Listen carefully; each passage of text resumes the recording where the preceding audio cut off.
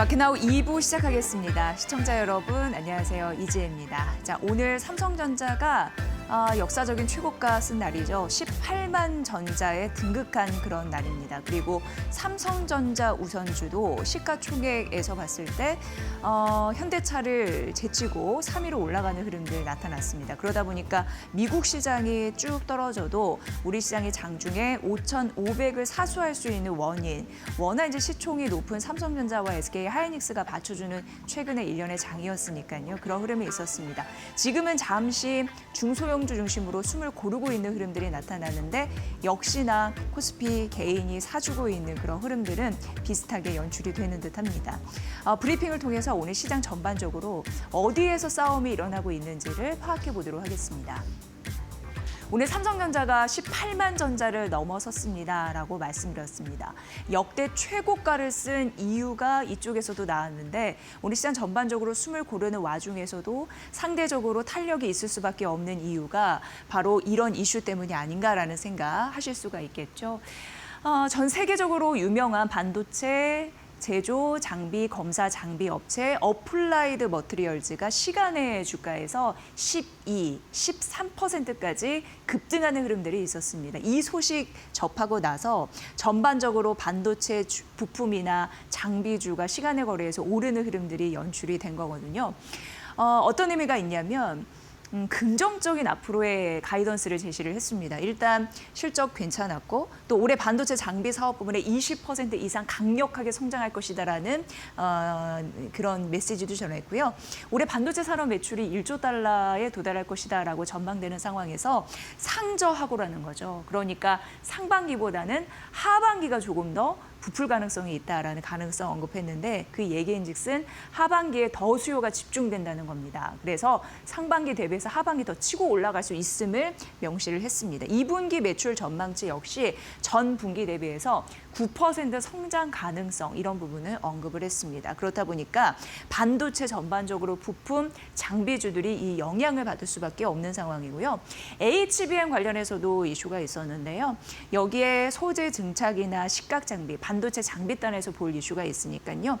수요가 크게 증가할 것이다라고 언급을 했습니다. 그래서 5억 달러 규모의 재고를 선제적으로 확충한다라는 부분도 우리가 확인할 수 있었고요. 시스템 제도 능력 이런 부분으로 봤을 때 과거 대비 2배 가까이 확대가 된다라는 메시지 또한 우리가 확인할 수가 있었습니다. AMMT 그러니까 어플라이드 머티리얼즈 같은 경우에는 삼성전자와 꽤 끈끈한 그런 관계를 맺고 있습니다. 그리고 7조 원 규모의 R&D 그런 반도체 장비 쪽으로 연구하고 공조 개발하고 그렇게 좀 끈끈하게 묶여 있는 상황인데 삼성전자에 대해서도 말을 했단 말이죠. 내년까지 강력한 성장 모멘텀을 유지해 나갈 것이다라고 언급했는데 사실 어떻게 보면은 이런 부분에서 삼성전자의 수요가 막강할 수 있을구나라는 걸 다시 한번 확인했기 때문에 조금 더 수요가 붙은 원인이 오늘 여러 가지 이슈 중에서 있지 않을까 이런 생각을 해보게 됩니다. 어쨌든 어플라이드 머티리얼즈 시간의 거래에서 12, 13% 급등했다라는 이유가 굉장히 중요하고 결정적인 그런 또 동력이 되지 않을까라는 생각해보면서 다음 페이지에는 시장에서 AI 시대를 맞으면서 좀 고꾸라진 원인이었거든요. 그러니까 어떻게 보면 양축에서 좀 팽팽히 엇갈리고 있는 그런 공격들 이런 부분이 뭐가 있는지 살펴보도록 하겠습니다. 일단 시스코 시스템즈와 엠노빈 이 두 종목을 우리 시장에서도 좀 잘 봐야 되는 이유는 AI 산업에서 AI 투자에 대한 지금 올인을 하고 있는 상황인데 AI에 혹시 다른 여타 산업들이 잠식되지 않을까라는 공포 때문에 좀 떨어지는 흐름들이 있다는 걸 알려드리고 싶어서 좀 두 종목을 대표적으로 가져와 봤습니다. 일단 시스코 시스템즈 12% 급락해서 마감됐는데요. 이걸 보면은 의미를 좀 파악할 수 있습니다. 일단 이 두 종목 다 실적이 나쁘지는 결코 않았습니다. 왜냐하면 역시 시스코 시스템즈 같은 경우에도 사상 최대의 분기 실적을 달성했거든요. 그런데 문제는 주가가 이렇게 밀린 이유는 메모리 가격 급등에 있습니다. 그러니까 삼성전자나 SK하이닉스의 호재인데 이런 부분, 여타 메모리 가격 급등으로 인해서 이를 원재료로 하는 기업들 같은 경우에는 상당 부분 수익성 부담에 헤어나오지 못한 못하고 있는 상황이다. 이렇게 보셔도 크게 틀리지 않거든요. 그래서 매출 총이익률 전망치가 1년 사이에 한 130bp 정도 떨어질 것이다. 이런 전망치를 내놨는데 매출 총이익률이라고 하는 것은 총 매출의 원가 이런 부분을 빼는 거거든요. 그러니까 원가의 부담, 메모리 가격이 급등하면서 이 부담이 상당 부분 있을 수밖에 없다라는 고충을 얘기한 것과 다름없습니다. 메모리 선구매 약정 73%를 확대했거든요. 그러니까 메모리 제조업체 같은 경우에는 갑 중에 갑이고 이걸 받아 쓰는 업체 같은 경우에는 이렇게 선구매 약정을 맺는 흐름들이 지속적으로 이어지고 있다. 이런 산업 한편의 일련의 모습을 얘기하고 있습니다. 그래서 AI 인프라, 지금 살기 위해서는 투자를 엄청나게 이렇게 올인을 해야 되는데 그 대비해서 수익성이 과연 나올 수 있을까에 대해서는 물음표, 오히려 수익성이 떨어지지 않을까라는 우려 때문에 이렇게 실적이 잘 나옴에도 불구하고 미끄러졌다라고 보시면 될 것 같고요. 전반적으로 부품값이 오르면 하드웨어 기업 같은 경우에도 마진 압박에 시달릴 수 있음을 확인할 수가 있었습니다. RBC 캐피털이라고 해서 이런 분석을 내놨습니다. AI 인프라 지출 증가분 같은 경우에는 45%인데 이게 사실 연산 능력 이런 부분에 대해서 확대 이런 현상이 아니라 메모리 가격의 급등이 주 원인이다라고 얘기를 했거든요. 그러면서 디램과 HBM 가격 급등으로 인해서 이런 부분을 좀 언급을 했고요. 그리고 시장에서 지금 주목하는 이슈가 하나 있습니다. 뭐냐면 바로 알파벳입니다. 알파벳이 굉장히 이례적으로 100년물 채권을 발행했습니다. 이게 100년 동안 뭔가 채권을 발행해서 그것으로 자금을 조달한다라고 생각하시면 되고 그거에 베팅하는 부분도 있다. 이게 수요와 공급이 맞아야 되는 거잖아요. 굉장히 좀 이례적이고 예전에 거의 뭐 30년 전에 이렇게 IBM인가요? 그런 기업에서 100년물을 발행한 이후에 처음이니까요. 굉장히 이례적인데 이것도 되려는지 이게 어쨌든 시장에서는 이런 흐름이 나타나고 있다라는 겁니다. 결국 이걸 보면서 뭐 긍정적으로 평가할 수도 있겠지만 그러니까 알파벳 자체적으로는요. 하지만 시장에서는 장기 부채나 신용 리스크가 앞으로 좀 커지지 않겠느냐라는 거를 한편으로는 우려할 수 있는 시각이 있었다라는 점 말씀드립니다. 메모리 가격이 급등하면서 당연히 반도체는 단기 호재입니다. 그리고 인프라 장비 업체 이런 부분에서는 일단 뭐 수익성 압박이 있을 수 있다라는 가능성, 빅테크 같은 경우에도 비용 부담이 생길 수 있다라는 가능성 이런 부분 안고 간다라는 점에서 시스코 시스템즈가 우리에게 알리는 메시지는 좀 충분해 보였습니다. 그리고 다음에 이제 엠노빈인데요. 엠노비라는 주가도 20% 가까이 급락하면서 마감이 됐는데 역시 실적은 괜찮았습니다. 그럼에도 불구하고 AI가 확산되면서 경쟁은 심화되고 AI가 혹시 내가 맡고 있는 산업을 위축시키지 않을까 침투해서 그러니까 기존 산업을 좀 잠식하지 않을까라는 우려 때문에 이렇게 실적이 괜찮았는데도 불구하고 20% 급락했다라는 점을 말씀드립니다. 소프트웨어주였습니다. 앞서서는 메모리 가격 급등에 의한 수익성 악화에 대한 원인이 큰 틀이었고요. 두 번째는 소프트웨어주가 전반적으로 또 떨어지는 흐름들이 있었는데 앞으로 경쟁이 심화되고 산업을 AI에게 잠식되지 않을까라는 의미였다는 걸 다시 한번 좀 말씀드리면서 지금 AI 투자 사이클이 진행이 되면서 그 실적을 지속적으로 좋게 낼 수 있을지 전반적으로 산업 전반적으로 재편이 일어나고 있다라는 중요한 이슈 의미 있으니까 보시고요. 이게 뭐 트럭 같은 운송 물류뿐만 아니라 금융 그리고 부동산 전반적으로 일어나고 있다라는 점도 다시 한번 말씀드리겠습니다. 이런 흐름들이 나타나다 보니까 은 같은 경우에도 10% 급락했죠. 금도 3% 떨어졌죠. 비트코인도 떨어졌죠. 마진콜, 증거금을 올리는 그런 이슈 때문에 전반적으로 좀 하락하는 흐름들도 있었고 개인의 수급도 좀 말라가고 있다고 합니다. 23년 이후 최저치를 보이면서 반발 매수가 떨어졌을 때 좀 들어오는 흐름들이 있어야 되는데 그런 매수가 들어오지 않고 있다라는 점이 있고요. 트럼프 대통령도 이란에 대해서 또 공격적인 발언을 해서 뉴욕 증시는 전반적으로 고꾸라졌습니다. 어쨌든 AI 산업에서 우리가 투자하는데 굉장히 중요한 두 축이 갈등을 일으키고 있다라는 점 좀 알려드리겠습니다. K 배터리 오늘 전반적으로 쉬어가는 흐름들 나타나고 있는데요. 역시 골드만삭스에서는 굉장히 좀 보수적으로 보는 흐름들이 있었고 일단 긍정적으로 바라보는 종목은 두 종목에 불과했습니다. 근데 LG화학과 삼성 SDI였는데 둘 다 41만 원이 목표 주가입니다. 이걸 보면은 화학에 대한 업황이 괜찮거나 ESS 시장의 모멘텀이 살아있는 종목 이것만 좀 보인다라는 생각이 들고요. 그 외에 LG 에너지 솔루션을 비롯해서 뭐 LNF 같은 경우에는 중립이고 매도 쪽에 의견을 제시한 종목도 좀 상당 부분 있었는데 중립과 매도 의견을 제시한 종목 여기 써놨지만 대부분이 현재가 대비해서 굉장히 낮은 목표가 수준을 제시했다라는 점도 좀 보셔야 될 것 같습니다. 어쨌든 안 좋은 부분은 우리가 다 알고 있습니다. 그런데 최근 2차 전지 긍정적으로 바라보는 편에서는 휴머노이드, 로봇, 그 배터리에 대한 성장 잠재력 이런 부분에 가치 평가를 매기잖아요. 근데 그런 부분은 없더라고요. 그래서 골드만삭스는 어떤 의미에서 우리 K 배터리를 보고 있는지 한 시각, 한 단편을 알려주는 듯해서 좀 소개해드렸고요. 여러분도 참고 사항으로 그런 전략 좀 반영해 보시면 될 것 같습니다. 지속해서 국내 증권사에서 K 배터리를 어떻게 분석하는지는 저희가 마켓나우 2부에서 잘 설명을 해드리도록 하겠습니다. 자, 지금 한 10시 10분 정도 지나가고 있는데요. 현재 시장 상황 보고 나서 머니코드 이어가겠습니다. 김윤주 캐스터 전해주세요. 네, 오늘 코스피가 또 사상 최고치를 써냈습니다. 장중에 5,558포인트까지 고점을 높이면서 어제에 이어 오늘도 사상 최고치를 또 경신해내는데 성공했는데요. 다만 현재 시간 기준으로는 조금 오름폭이 둔화되면서 5,500선 밑에서 움직이고 있습니다. 오늘 업종별, 종목별 흐름도 트레이딩 뷰를 통해서 짚어보도록 하겠습니다. 일단 오늘 반도체 투톱이 장 초반만 하더라도 상승으로 출발을 해줬고요. 특히나 삼성전자가 강하게 움직여주면서 오늘 18만 전자 역사적인 날을 기록했습니다. 이와 함께 코스피가 5,550포인트까지 넘어서는데 성공했는데 반도체 투톱의 힘이 조금씩 빠지면서 오늘 지수 자체적으로도 살짝 5,500선을 내려놓으면서 움직이고 있다는 점 확인되고 있고요. 삼성전자는 0.34%가량 상승으로 이 상승폭을 많이 줄였습니다. 오늘 18만 원 선 넘어서면서 18만 4,400원까지 고점을 높였는데 현재 시간 기준으로는 이 18만 원 선 안에서 조금 등락을 반복하고 있다는 점 확인되고 있고요. SK하이닉스는 상승에서 하락으로 전환이 되면서 현재 시간 기준으로는 1%가량 하락하고 있습니다.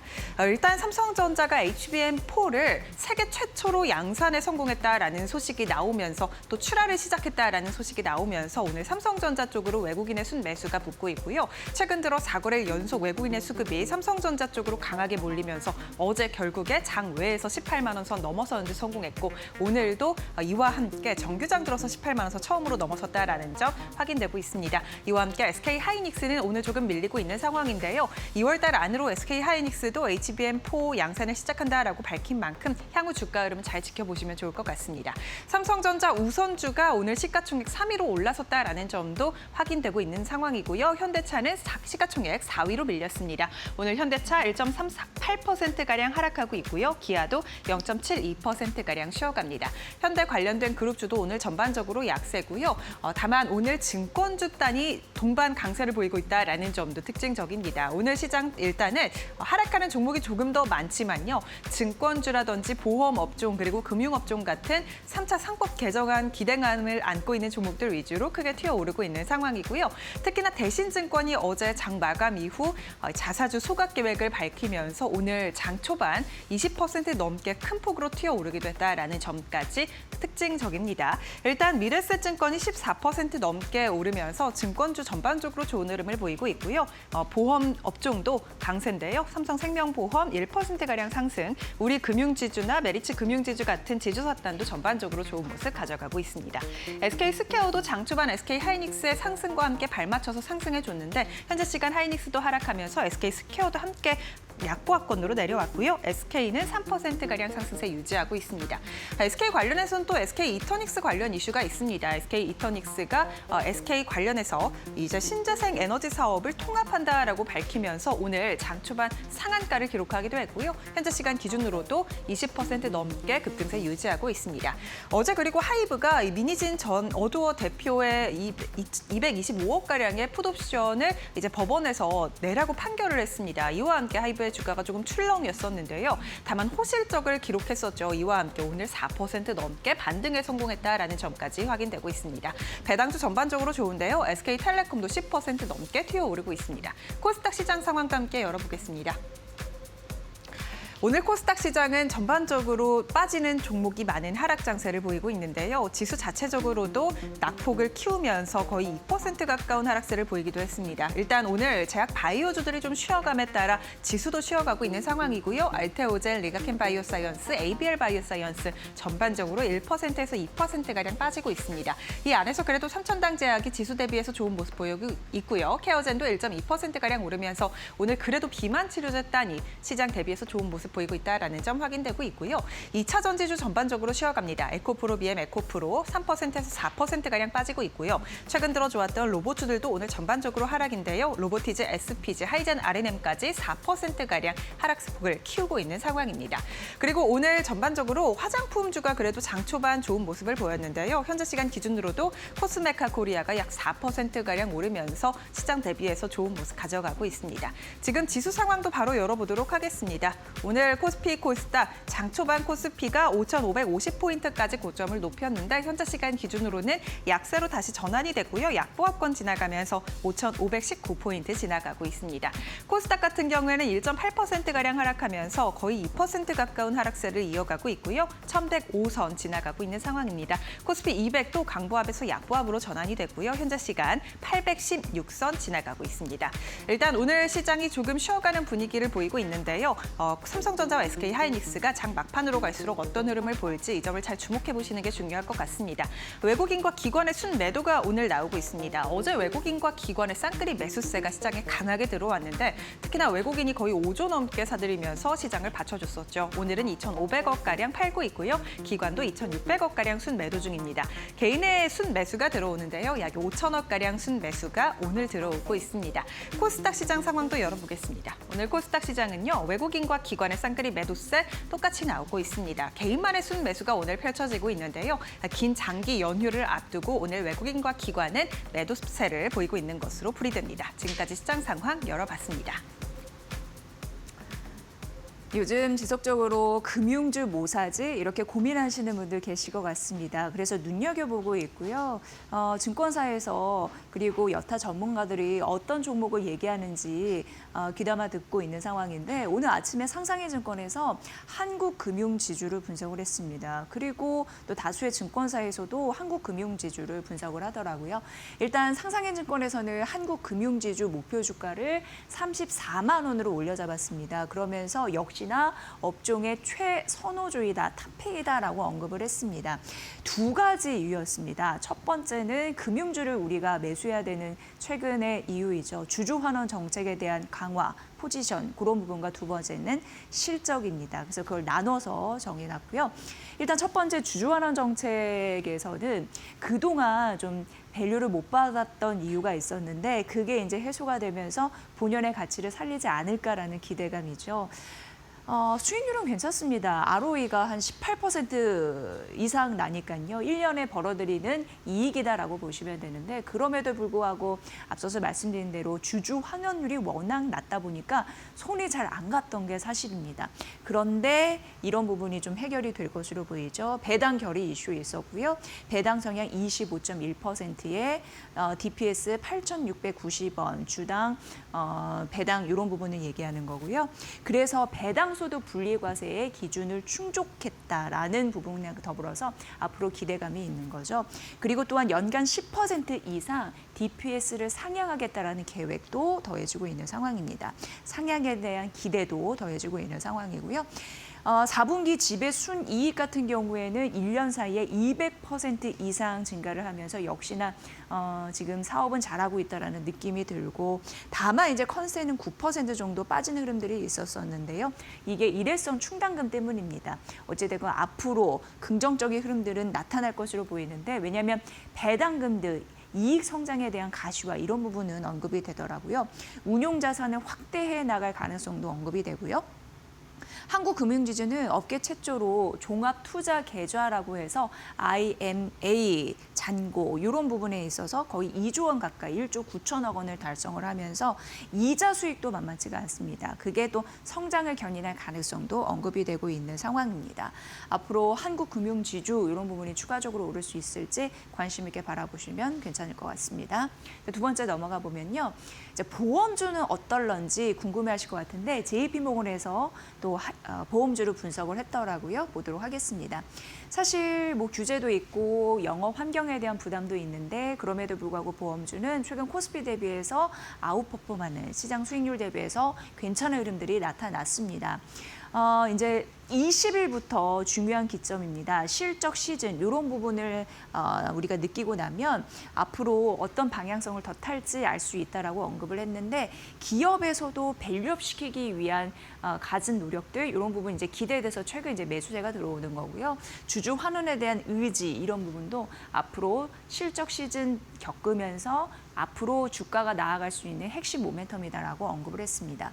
중요한 거는 이 부분이겠죠. 일단 JP모건 같은 경우에는 삼성생명을 최선호주다라고 얘기를 했습니다. 삼성생명 오늘 52주 신고가 기록했습니다. 장중. 근데 삼성전자 지분 매각 이슈 있죠. 근데 삼성전자 지분 또 많이 올랐기 때문에 주가가 지분을 매각하면 엄청난 또 차익을 거둘 텐데 이걸 어디다 쓰든 앞으로 뭐 주주환원 정책에 쓴다든지 이러면 좀 또 뭐 거리가 있기 때문에 긍정적으로도 보아지는 것 같습니다. 그래서 추가적으로 어떤 카드가 주주환원 정책에서 나올 수 있을지 관심 있게 바라봐야 된다고 하면서 최선호주다라고 얘기를 했고요. 서울보증보험과 DB손해보험도 긍정적이라고 얘기를 했습니다. 밸류업의 모범이고 그리고 연최소 2천억 원의 주주환원 예산이 정책이 될 것이다라는 얘기가 나오고 있고요.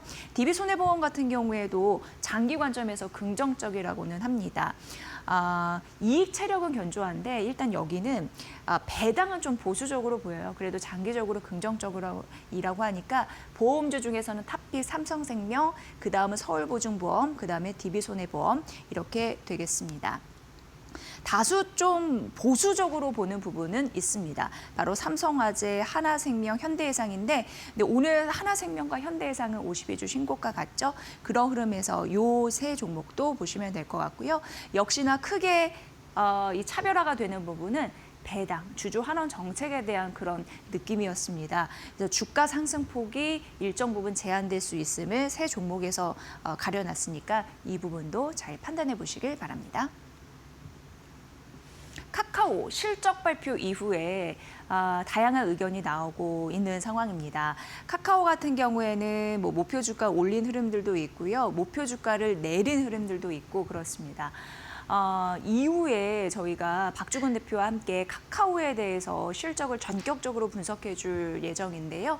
일단 미래에셋대우에서는 카카오 목표가를 내려잡았습니다. 82,000원에서 78,000원으로 내려잡으면서 매수는 유지한다라고 얘기를 했는데 이게 콘텐츠 쪽이 문제인 것 같습니다. 이 부진이 생각보다 좀 장기화되기 때문에 이 모멘텀 나름 좀 시급하지 않나라는 생각은 들고요.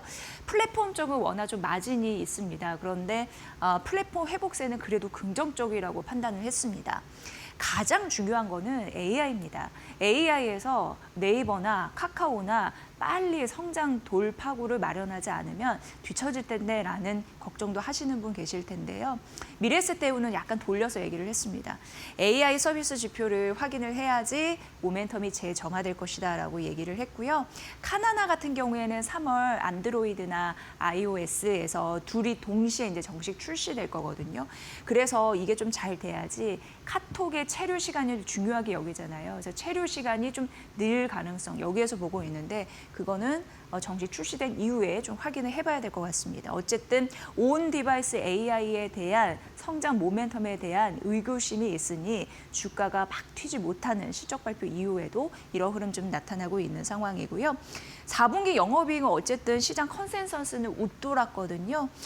그리고 이 고마진 쪽 플랫폼 회복 긍정적이라고 얘기를 했는데 플랫폼 매출액 같은 경우에는 전망치보다는 좀 긍정적이었고 전년 동기 대비가 1년 사이에 17% 성장한 흐름들은 있었습니다. 지금 미래에셋 같은 경우에 목표 주가 낮췄다라는 말씀을 드렸는데 목표 주가 올린 것도 물론 있었습니다. 삼성증권입니다. 73,000원으로 올렸습니다. 그런데 73,000원을 올려도 목표가 내린 미래에셋 대우보다는 좀 못한 그런 밴드이죠. 적자 자회사를 매각했을 때 수익성이 개선된다라는 의미였고요. 좀 목표 주가 상단을 바라보는 그런 증권사의 의견 궁금해서 봤더니 DB증권이었습니다. 여기서는 오픈 AI와 구글 협력 최근 많이 기사화됐습니다. 이것도 역시 이후에 조금 더 많이 풀어드릴 예정인데요. 이런 협력이 결국 실적에 기여하는지 확인이 좀 필요해 보입니다. 카카오 과연 잘 갈 수 있을지, AI의 동력 잘 실행될 수 있을지 의문입니다. 잘 보시고요. 두산 에너빌리티 보도록 하겠습니다. 일단 올해에도 좀 재미를 볼까? 이거는 어떠한 증권사에서 그 제목으로 좀 썼더라고요. 그래서 그대로 좀 갖다 붙여봤고요. 일단 대신증권과 키움증권은 목표 주가를 올렸고 하나증권이 목표가에서는 제일 최상단 밴드를 제시를 했습니다. 그게 16만 5천 원이었습니다. 신규 수주 긍정적으로 바라봤는데 13조 원 이상을 제시를 했고요. 그리고 그 수주 잔고 안에서 중요한 부분이 이제 성장 산업이 어느 정도 될까인데 그 비중을 70% 웃돌 것으로 보면서 전사 마진이 우상향될 것이다라는 기대감 좀 내비쳤습니다.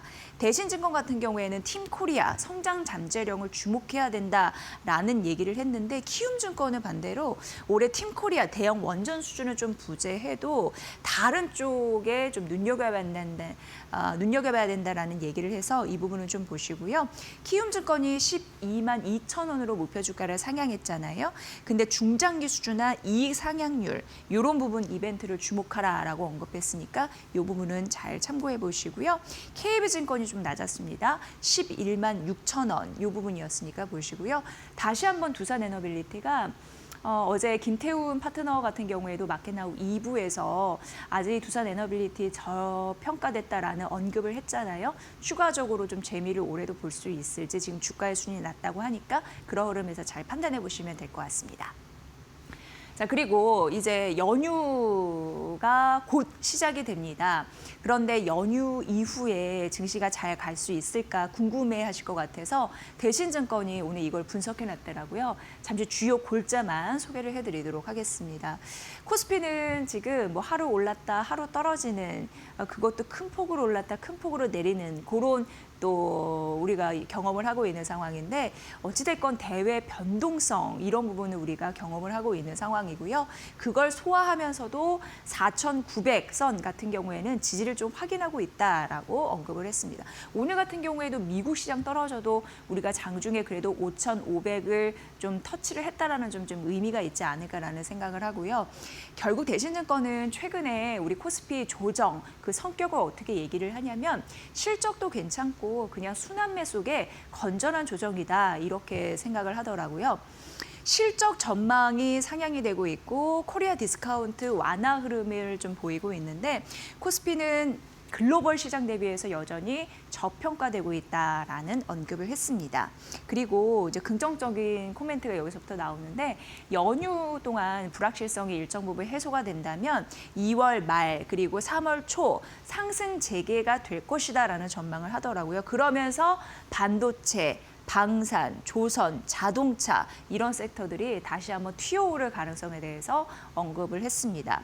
매물 소화 후에 주도력을 회복할 수 있다라는 가능성이었죠. 지금 에너지 디스플레이 유틸리티 펀더멘털 대비 저평가된 부분 순환매 대응이 유효하다고 하니까 이런 부분도 잘 참고해 보시길 바라겠습니다. 어쨌든 연휴 후 이제 연휴가 시작되는데 반도체, 자동차 그리고 코리아 디스카운트 된 다양한 그런 업종들이 더 살아날 수 있을지 관전 포인트니까 이 부분 저희가 지속적으로 관찰해서 전해드리도록 하겠습니다. 네. 자, 오늘 시장은 좀 숨을 고르고 있는 모습 나타나고 있는데요. 시장 전반적으로 어떤 전략으로 대해야 될지 파트너 연결해서 얘기를 좀 들어보도록 하겠습니다. 이난희 파트너님, 안녕하세요. 네, 안녕하세요. 네, 오늘 시장 어떻게 보십니까? 네. 네. 우리가 이제 주식 투자를 하시는 분들께서, 그죠? 뭘 보고 하느냐면은 그 개별 기업을 보고 여러분들께서 포지션을 취하는데 여러분들께서 그 기업이 흥하느냐 망하느냐를 어떻게 알 수 있냐 이거죠. 그죠? 그러면 지금 여러분들께서 그것이 흥하다라고 생각하고 투자했던 기업들이 지금 보면은 동전 주식이 되거나 이런 기업들이 있습니다. 결국 그 현재 주식시장에 상장되어 있는 이 기업들을 여러분들께서 그죠? 예측을 해가지고 내가 그 기업에 투자하고 그죠? 그 기업이 어떻게 될 것인가를 논하는 거는 신의 영역이라는 거예요. 그러니까 예측이라는 거는 신의 영역이지만 여러분들께서 이 전체를 보면서 그죠? 어떤 현명한 주식시장의 구경꾼이 된다면은 그거는 대응의 능력이거든요. 지금 사실 이 주식이 많이 상승했습니다. 주가가 이 5,000포인트도 훌쩍 넘어버렸고 그러니까 전부 다 어떠냐면은 지금 내가 여기에 들어가서 그죠? 만약에 들어갔는데 폭락하면 어떻게 하지? 이런 생각들 많이 하시잖아. 그죠? 두려워하시죠. 그죠? 차트를 보면 어떻습니까? 모든 업종들이 상승한 종목들이 전부 다 지금 꼭대기입니다. 그렇게 보이잖아요. 근데 우리가 이 대응이라는 논리를 딱 두고 보면은 10년 뒤에 여러분들이 이 기업들을 딱 보시게 되면 어떨까요? 지금의 모습이 낮아 보이겠죠. 그래서 저는 여러분들에게 이제 어떤 말씀을 드리고 싶느냐면은 이 예측이라는 거는 신의 영역이다. 그죠? 아무도 모르는 거 아닙니까? 그죠? 그래서 여러분들께서 이런 시장에서는 반드시 뭐가 필요하느냐면은 대응이 필요하다. 그러면 이 시장에 대응을 하기 위해서는 여러분들께서 갖춰야 되는 부분이 뭐냐면은 시장 전체를 볼 수 있는 그런 여러분들의 그런 능력이 있어야 된다는 겁니다. 왜? 과거에는 예를 들어서 어떤 종목이 하나가 상승을 하게 되면은 여러분들께서 쉽게 그저 그와 관련성이 있는 종목들을 투자하시게 되면은 덩달아서 상승을 하는 이런 어떤 현상들이 많았지만은 지금 오늘날 주식시장은 어떠냐면은 그렇지가 않다라는 겁니다. 그래서 지금 사실 개인들이 가장 많이 가지고 있는 종목들이 삼성전자니까 삼성전자를 보유하고 계신 분들은 상당히 기분이 좋을 수가 있지만 주식 투자를 조금 하신 분들은 어떠냐면은 사실 삼성전자라든지 이런 종목들은 잘 선호하지 않습니다. 왜? 빨리 수익 구조를 내고 싶어 하기 때문에 그날에 돌아가는 이런 테마성을 많이 찾거든요. 뭐 예를 들자면 오늘 같은 경우는 지금 현재 대북 관련한 종목들이 그죠? 시세를 지금 발휘하고 있지 않습니까? 코데이즈 컴바인을 필두로 해서 뭐 좋은 사람들이라든지 그러면 이런 종목들을 지금 오늘 여러분들께서 아침 시가부터 잡았다면은 그거는 신의 영역이고 그죠? 또 지금 여러분들께서 만약에 오늘 이 종목이 움직일 것을 미리 알고 첫날에 잡았다면은 그거는 신의 영역보다도 더 높은 단계가 될 수가 있거든요. 지금 제가 왜 이런 말씀을 드리느냐면은 지금 시장은 여러분들이 그렇게 되어야 어떻냐면은 한정된 자금으로 수익 구조를 형성할 수가 있다는 겁니다. 그래서 좀 어려운 부분이긴 하지만 여러분들께서는 지금 내 삼성전자가 어떻게 될까요? 목표가가 어떻게 될까요? 뭐 매수가가 어떻게 될까요? 뭐 이런 것을 원하시잖아요. 그죠? 이런 부분들은 이제 좀 약간 진부한 그런 어떤 투자 방식입니다. 어떻게 보면 한 1980년대 그럼 이제 앞으로 우리가 이제 계속 그죠? 이 투자자들도 바뀌잖아요.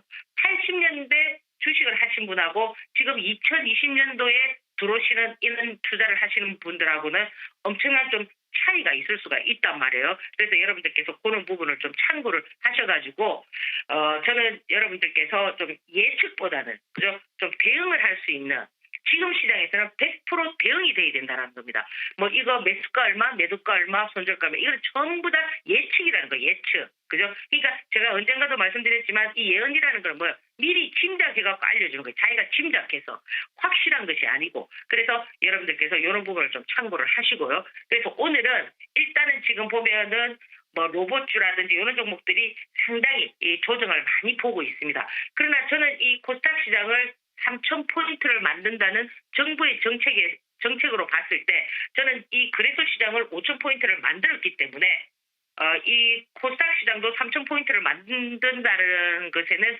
변함이 없다고 보거든요. 그러면 여러분들께서 오늘은 이제 명절을 지나고 왔을 때 이 시장에서 어떤 종목들이 코스닥 시장을 움직일 수 있는 원동력이 되는가? 뭐 제가 방금 전에 말씀드렸던 이 로봇주가 조정을 많이 보고 있다. 그러면 이 로봇 중에서도 조정을 많이 보는 종목들이 어떤 종목들이 좀 시세에 탄력을 줄 수 있는가? 이런 것들을 좀 잘 살펴보시면서 포지션을 취하시고요. 명절에 여러분들께서 조상님께 좀 제사를 지낸다든지 이러면 또 명절이 지나고 나면 더 좋은 운기가 아마 여러분들에게 올 수 있을 것 같아요. 그래서 편안한 명절 보내시고 행복한 하루 되시기 바랍니다. 감사합니다. 네, 파트너님 설 연휴 잘 보내시고요. 다음 주 전략도 잘 부탁드립니다. 네, 감사합니다. 네, 이난희 이데일리 오은 파트너의 전략으로 함께하셨습니다. 시장은 대응의 영역입니다. 그리고 최근 더 바쁜 건 실적 발표 난 이후에 매수를 해야 돼, 매도를 해야 돼 이런 고민들 있으시죠? 카카오 전격적으로 분석해드리겠습니다. 잠시만요.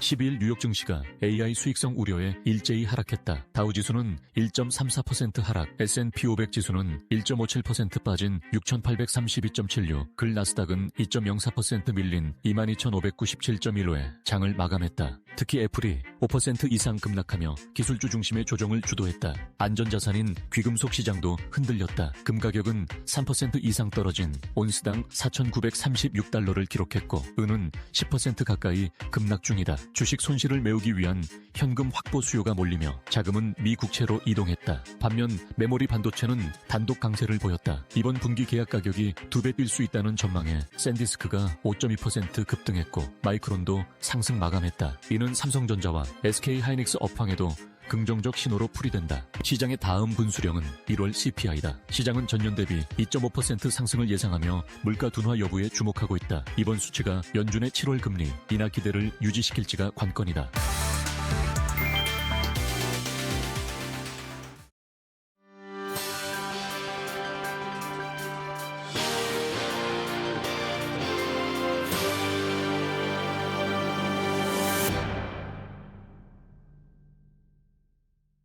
네, 오늘 카카오 그룹주 여러모로 좀 파악할 게 많습니다. 카카오 실적 발표 이후에 또 고민이 많아지셨으리라는 생각을 해봅니다. 오늘 이 시간 박주근 리더스 인덱스 대표 모셨거든요. 카카오 그룹주에 대해서 전격 분석 도움드리겠습니다. 어서 오세요. 네, 안녕하세요. 네. 최근 대표님 화제가 됐던 건 구글과 오픈 AI와 손을 잡는다 네. 이 소식입니다. 그러면서 증권사에서도 약간 뭐 헷갈려하는 게 어찌됐건 뭐 잘 결과가 나와야지 실적이 잘 나오는 거니까요. 그렇죠. 근데 고민이 많을 수밖에 없는 시점 같습니다. 네. 이들의 협력 어떻게 보십니까? 이미 오픈 AI하고는 카카오가 작년 10월 달에 이미 네. 오픈해서 우리 카카오톡 켜보면 챗GPT라는 게 뜨죠. 이게 네. 이제 오픈 AI와 이미 결합해서 서비스를 하고 있는 측면이 있고요.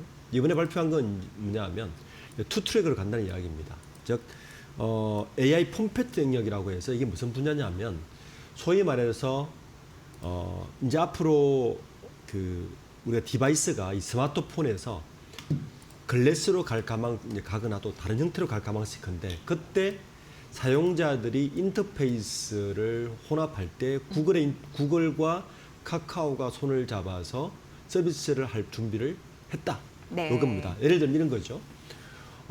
이제 예를 들어서 구글 글래스를 쓰고 러닝을 하거나 이동한다 생각해 보시면 이 카카오톡을 보내지 못할 거잖아요. 근데 그때가 되면 이미 AI 에이전트가 들어와서 이런 거예요. 카카오톡으로 메시지가 내 귀로 들어왔어요. 그러면 그 메시지에 대해서 친구한테 메시지가 왔으면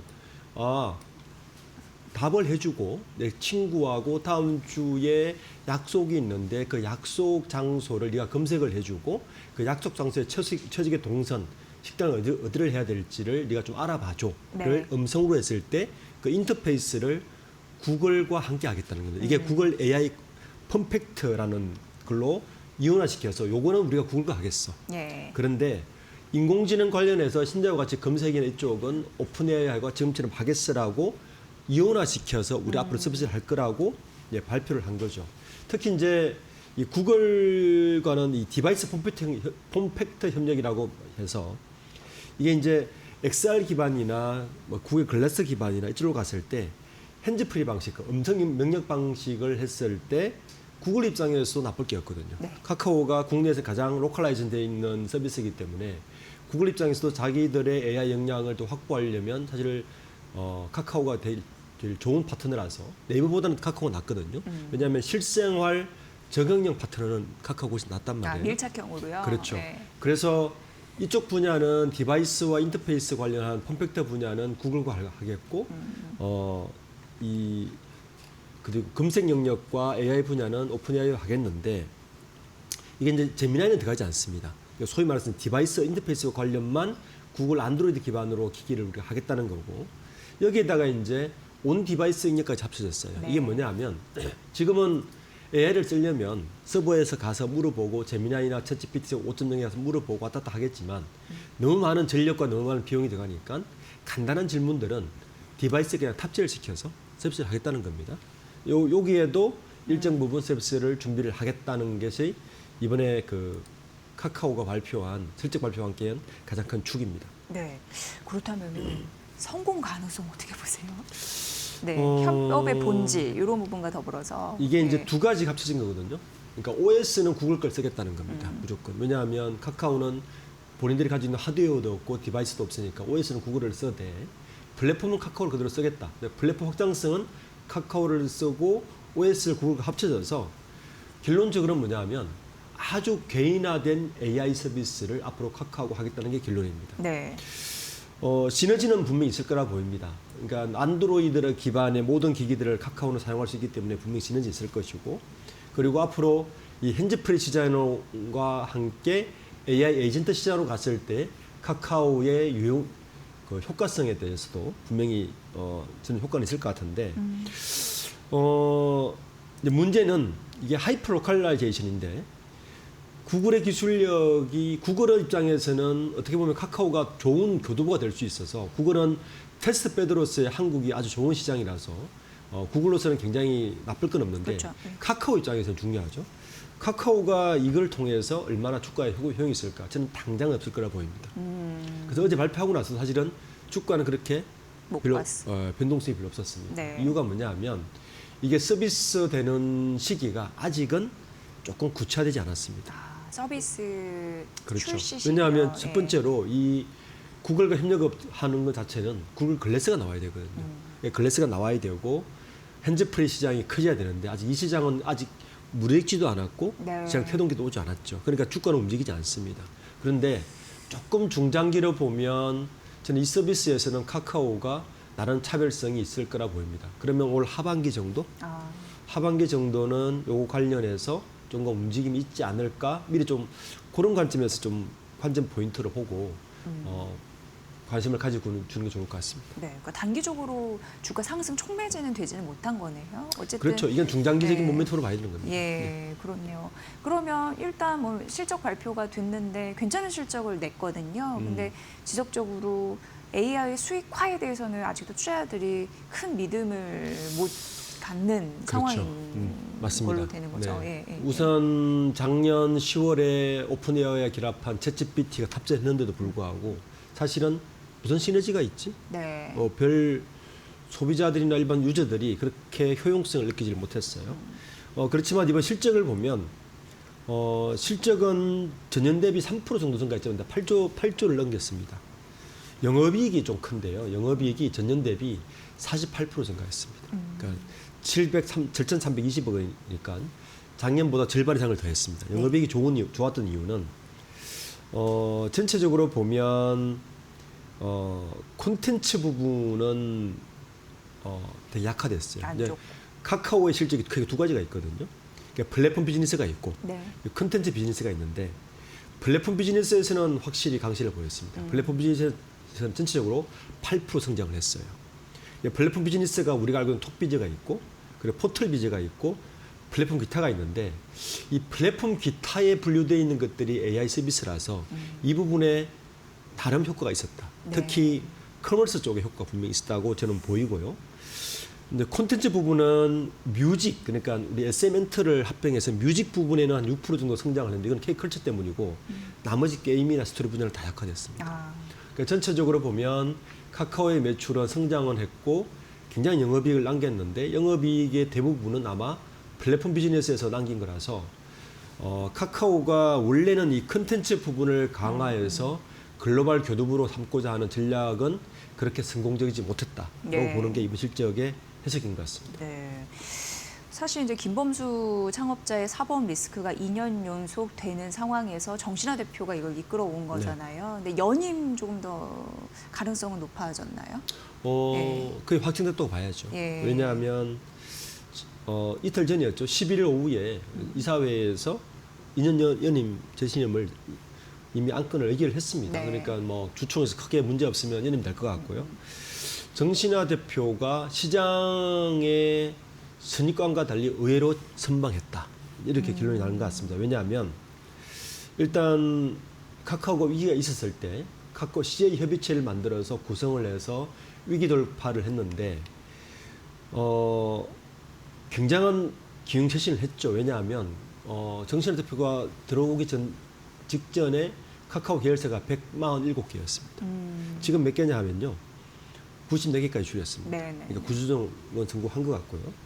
그리고 김범수 창업자가 지금 사법 리스크 그리고 병로 인해서 공백 상태를 최소화시킨 것도 나름대로 역할을 했다. 이렇게 봐야 됩니다. 평가는 좋으니까 또 연임이 됐겠죠. 거기에다가 이제 예. 방금 제가 설명드렸듯이 올해 실적이 뒷받침해줬다. 그러니까 실적 플러스 주가는 좀 지지부진한데 미래 성장 동력에 대한 뚜렷한 비전 제시도 해줬다.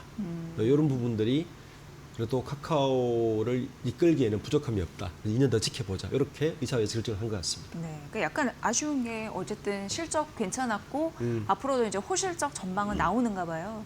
그런데 이게 뭐 주가의 과열, 그러니까 주가는 좀 못 가는 흐름들, 이게 좀 답답한 카카오 그룹 내 그런 게 있죠. 그런 게 있지 않을까 싶기도 하고 카카오페이도 마찬가지인 것 같습니다. 네. 카카오페이는 어떻게 보세요? 카카오페이는 고점 대비해서는 많이 깎였는데. 예. 원래 우리가 선방했습니다. 네. 처음으로 흑자 넘겼어요. 네. 카카오페이가 일단 2025년 결산을 해봤더니 지난해 최대 영업이익을 남겼어요. 물론 카카오 정권이나 기타 부분이 있었기 때문이긴 한데 어쨌든 연간 흑자를 달성한 건 첫 해이기 때문에 나름 기념비지긴 해였고요. 금융 부분이 그래도 아마 실적 성장을 이끌었고 제가 좀 주목해서 보는 거는 플랫폼 서비스도 좀 두각을 냈습니다. 네. 지금 연간 거래액이 한 11% 정도 증가했거든요. 거래액이 185조를 넘겼습니다. 이것 때문에 매출이 25% 늘어난 거죠. 그래서 매출이 9,584억이 되면서 영업이익도 504억으로 첫 흑자를 넘겼는데 역시 금융 수수료 비용인데 근데 카카오페이의 주가를 앞으로 이끌 거는 그래도 제가 볼 때는 스테이블 코인입니다. 스테이블 맞아요. 네, 왜냐하면 이제 좀 더 설명드리겠지만 카카오 그룹이 별도로 움직이는 것 같지만 결국에는 카카오가 가지고 있는 컨텐츠와 그다음에 이 플랫폼과 금융과 결제 시스템을 같이 했을 때는 새로운 비즈니스가 분명히 나올 수 있거든요. 그게 이제 스테이블 코인인데 스테이블 코인이 지금 정부에서 계속 법안을 만지작거리고 있는데 뭔가 뚜렷하게 정책이 딱 되면 스타트 라인에 섰을 때 가장 빨리 움직일 수 있는 곳은 저는 여전히 카카오입니다. 네. 그 앞에 카카오페이가 있기 때문에 그때는 좀 눈여겨보아도 괜찮지 않을까라는 네. 생각이 듭니다. 네. 정신화 대표도 그 에이전틱 AI 에이전틱 시대에 대해서 그 중요성을 누구나도 잘 알고 있을 텐데요, 그렇죠? 네. 그러니까 스테이블 코인 관련해 가지고도 시너지 이런 부분을 좀 빨리 봐야지 주가가 또 그만큼 오르지 않을까 이런 그렇습니다. 생각을 해보게 됩니다. 굉장히 중요할 것 같고요. 그렇다면은 그 카카오 같은 경우에는 글로벌 전략 구조 어떻게 좀 가져가야 된다고 보시나요? 원래 카카오가 김범수 회장이 사보니스가 있기 전에는 사실 사보니스가 있었던 것도 이 글로벌 전력 때문이었죠. 왜냐하면 카카오가 국내 플랫폼 비즈니스를 한계를 분명히 보였으니까 네이버도 마찬가지고 우리가 언제까지 이 뭐 카카오톡하고 플랫폼만 가지고 국내에서 돈 버는 시대는 이제 끝났다. 예. 그러니까 빨리 글로벌 확장을 해야 되는데 그 도구로 제일 처음 선택한 것은 컨텐츠였습니다. 그래서 뭐 우리가 그 SM엔터도 인수하면 사실은 무리수를 두는 바람에 사비스가 빠졌는데 사실은 이 컨텐츠가 글로벌로 나가려면 스테이블 코인이 있으면 너무 좋습니다. 그러니까 이런 거죠. 이번에 정신환 대표가 1일 날 무슨 말을 했냐면 이런 말을 했습니다.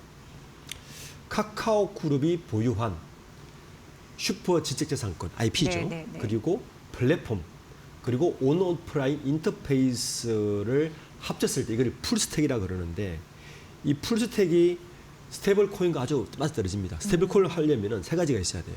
일단 IP가 있어야 됩니다. 그리고 두 번째로 플랫폼이 있어야 됩니다. IT 인프라가 있어야 되고 세 번째로 금융이 있어야 됩니다. 카카오는 세 개를 다 가지고 있죠. 네네. 그래서 뭐 예를 들어 이런 걸 원하는 거죠. 지금 K 컨텐츠가 전 세계에서 막 흥행을 하고 있는데 많은 팬덤들이 이 자기의 좋아하는 연예인들에게 그러니까 상품이나 굿즈를 사고 싶거나 선물을 하고 싶거나 여러 가지가 있을 거 아닙니까? 지금은 사실은 직접 오프라인을 가거나 온라인으로 자기 나라 온라인 매장에서 살 수밖에 없었어요. 네. 그런데 이 스테이플 코인과 카카오톡이 결합을 하면 어떻게 되냐면은 AI 에이전트가 추천하는 상품을 그 팬덤들이 실제 구매로 이어질 수 있습니다. 이게 스테이블 코인이 가능한 네, 거죠. 네. 그러니까 카카오 입장에서는 글로벌 전략에서 이거보다 더 좋은 건 없는 거죠. 이러다 보니까 카카오가 메신저에서 글로벌 문화 금융 인프라로 갈 수 있는 교두보를 이제 확보했다. 이 스테이블 코인이 되면 이렇게 되면 카카오가 IP 가지고 있고 그다음에 플랫폼 가지고 있고 금융 그러니까 슈퍼올렛을 스테이블 코인 슈퍼올렛을 가지고 있기 때문에 이제는 카카오 그렇게 보면 카카오와 카카오 스테이블 코인이 됐을 때 카카오페이는 조금 다른 모습으로 투자들 볼 수 있지 않나라는 생각이 듭니다. 네.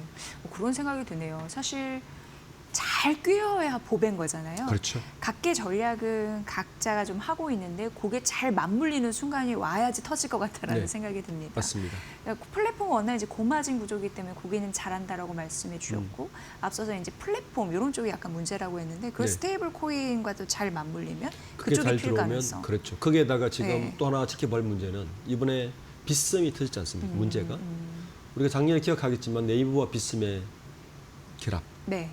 그리고 거기에 결합 목적은 사실 스테이블 코인이었거든요. 네.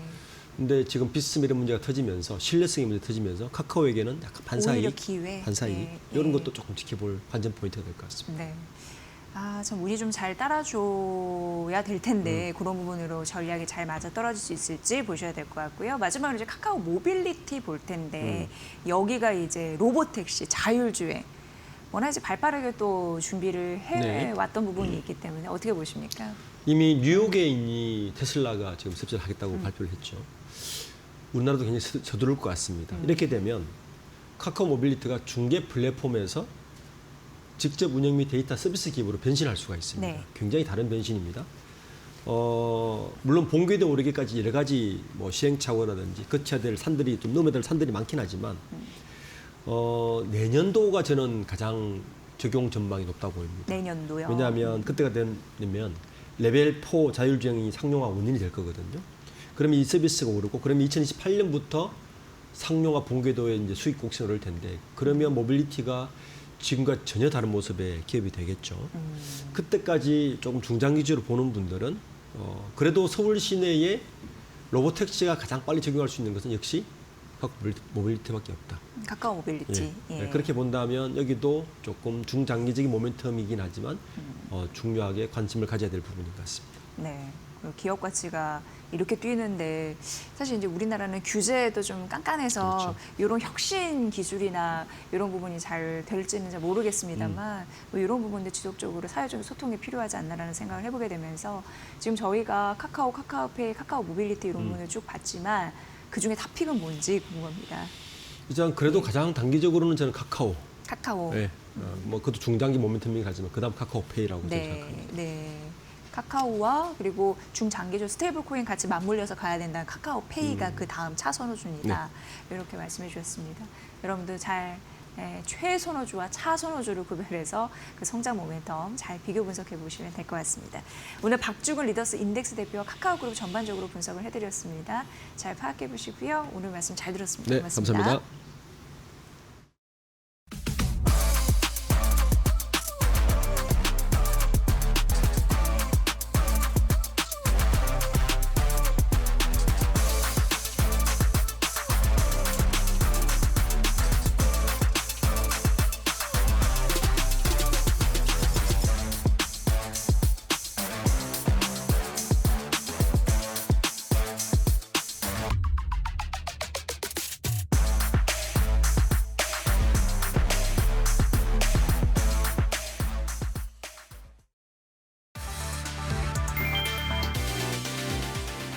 제당 3사가 4년간 설탕값을 함께 올리고 함께 늦게 내렸다. 공정거래위원회가 CJ 제일제당, 삼양사, 대한제당에 총 4,083억 원의 과징금을 부과했다. 담합 사건 기준 역대 두 번째 규모다. 공정위에 따르면 이들 3사는 2021년부터 2025년까지 총 8차례 설탕 판매 가격 인상이나 폭과 시기를 사전에 합의했다. 원당 가격이 오를 때는 인상 시기와 폭을 맞췄고 인상안을 거부하는 업체에는 공동 압박도 가했다. 원당 가격이 내릴 때는 정반대였다. 인하폭은 축소하고 반영 시점은 늦추기로 합의했다. 오를 때는 빠르게, 내릴 때는 더디게 움직인 구조였다. 대표 본부장급은 큰 틀을, 영업임원 팀장급은 세부 실행안을 논의했다. 최대 월 9차례 접촉이 이루어졌고 공정위는 카카오톡 대화 등 증거를 확보했다. 공정위는 시정명령과 함께 향후 3년간 연 2회 가격 변경 내역을 보고하도록 했다. CJ 제일제당과 삼양사는 사과와 함께 재발 방지 대책을 내놨다. 대한제당협회 탈퇴, 타사 접촉 금지, 원가 연동판과 시스템 구축 등이 포함됐다. 설탕값을 둘러싼 보이지 않는 합의는 4천억 원대 제재로 귀결됐다.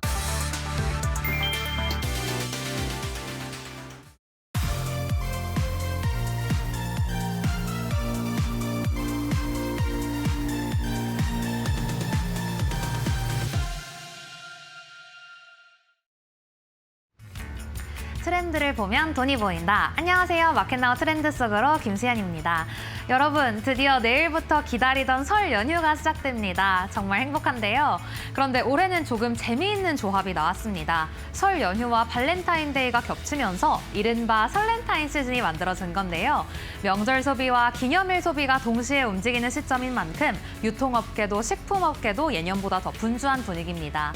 보통 발렌타인데이라고 하면 자연스럽게 초콜릿을 떠올리게 되죠. 그래서 이 시기에는 초콜릿과 디저트, 음료 중심으로 마케팅 경쟁이 치열해지는데 올해는 초콜릿을 둘러싼 환경이 조금 복잡합니다. 국제시장에서는 코코아 가격이 최근 1년 사이 크게 내려왔고요. 주요 산지의 작황이 회복되고 공급이 늘어나면서 선물 가격이 안정된 흐름을 보이고 있습니다. 이런 흐름은 코코아를 대량으로 장기 계약해 사용하는 국내 제과 기업들에게는 긍정적으로 작용합니다. 실제로 최근 원가 상승세가 둔화됐고 증권가에서도 올해부터는 수익성 개선이 점차 반영될 것이라는 전망이 나오는데요. 그런데 여기서 국내 자영업자들이 체감하는 코코아 가격은 오히려 올랐다는 이야기가 나오고 있습니다. 최근 SNS를 중심으로 확산된 두바이 쫀득쿠키 열풍이 영향을 준 건데 특정 디저트가 큰 인기를 끌면서 코코아 파우더 수요가 단기간에 몰렸고요. 또 환율 부담까지 겹치면서 일부 제품 가격이 크게 뛰었습니다. 대기업은 장기 계약 구조로 변동성을 흡수할 수 있지만 카페나 소규모 제과점은 소량 단기 구매에 의존하다 보니 이런 수급 불안을 그대로 떠안게 되는 구조입니다. 같은 원료를 쓰고 있지만 체감 환경은 전혀 다른 셈인데요. 이 흐름은 소비 현장에서도 그대로 이어집니다. 편의점 업계는 발렌타인데이를 앞두고 관련 상품 매출이 크게 늘었는데 흥미로운 건 초콜릿 그 자체보단 캐릭터 IP를 활용한 굿즈 세트가 더 강한 반응을 얻고 있는 점입니다. 헬로키티나 포켓몬, 스누피 같은 캐릭터와 결합한 키링과 텀블러 파우치 세트가 빠르게 완판되면서 발렌타인데이가 초콜릿을 주는 날이라기보단 소장 욕구를 자극하는 날로 성격이 바뀌고 있다는 분석이 나옵니다. 초콜릿은 하나의 매개체일 뿐 실제 소비는 굿즈에 쏠리는 구조가 만들어진 건데요. 이처럼 이번 설렌타인 초콜릿 선물은 조금 줄어들진 몰라도 시장에서는 여전히 뜨거운 관심을 기울이고 있습니다. 바로 중국의 최대 명절인 춘절과 맞물려 있기 때문인데요. 시장에서는 중국인 관광객 유입이 크게 늘어날 것으로 예상되며 인바운드 소비 관련 업종에도 관심이 쏠리고 있습니다. 비자 완화 조치와 한중 관계 원만한 회복 흐름이 이어지면서 코로나 이후 처음으로 한국이 주요 여행 목적지로 부상하고 있다는 분석도 나옵니다. 최대 25만 명 이상이 방문할 수 있다는 전망까지 나오면서 여의도 증권가 역시 수혜 업종 찾기에 분주한 분위기입니다. 그렇다면 이번 설렌타인 시장에서는 어떤 종목들이 주목을 받고 있을까요? 먼저 편의점 업종, 그중에서도 BGF 리테일입니다. 이번 시즌 핵심 키워드가 두바이 디저트와 캐릭터 IP 굿즈죠. BGF 리테일은 두바이 디저트 시리즈를 비교적 빠르게 선보이면서 트렌드를 선점했고요. 또 메타몽이나 브롤스타즈 같은 IP 제휴 상품도 판매 호조를 보이며 객단가 상승으로 이어졌습니다. 실제로 지난해 매출은 9조 원을 넘기며 역대 최대 실적을 기록하기도 했는데요. 점포 효율화 전략과 퀵커머스 확대, 배달 서비스 강화 같은 구조 개선이 함께 작동하면서 단순 이벤트성 매출이 아니라 체질 개선 흐름이 겹쳤다는 점이 포인트입니다. 증권가에서도 차별화 상품 효과가 기존 전보다 성장률을 끌어올렸다고 평가하면서 목표가를 상향 조정했는데요. 이어서 두 번째 관련주도 살펴보겠습니다. 바로 신세계인데 최근 외국인 관광객 소비는 면세점보다 백화점 채널로 이동하는 모습이 뚜렷해지고 있습니다. 원화 약세 흐름이 이어지면서 외국인 입장에서는 원화 결제가 이루어지는 백화점 채널에서의 체감 구매력이 높아졌기 때문입니다. 신세계의 경우 지난해 외국인 매출이 큰 폭으로 증가했고 본점 리뉴얼 효과까지 겹치면서 인바운드 소비 확대의 수혜가 이어질 가능성이 거론됩니다. 설 연휴와 발렌타인데이 그리고 춘절 특수까지 겹치는 이번 시즌은 백화점 업종에도 모멘텀이 형성될 수 있는 구간으로 볼 수 있습니다. 결국 이번 설렌타인 국내 소비와 인바운드 소비 그리고 트렌드 디저트와 캐릭터 IP 전략이 한꺼번에 겹친 복합 소비 시즌인데요. 어떤 기업이 이번 설렌타인의 특수를 최대로 누려서 수혜를 볼 수 있는지 기대가 됩니다. 그러면 내일부터 시작되는 설 연휴 따뜻하게 보내시길 바라면서 저는 연휴 끝나고 또 돌아오겠습니다. 안녕!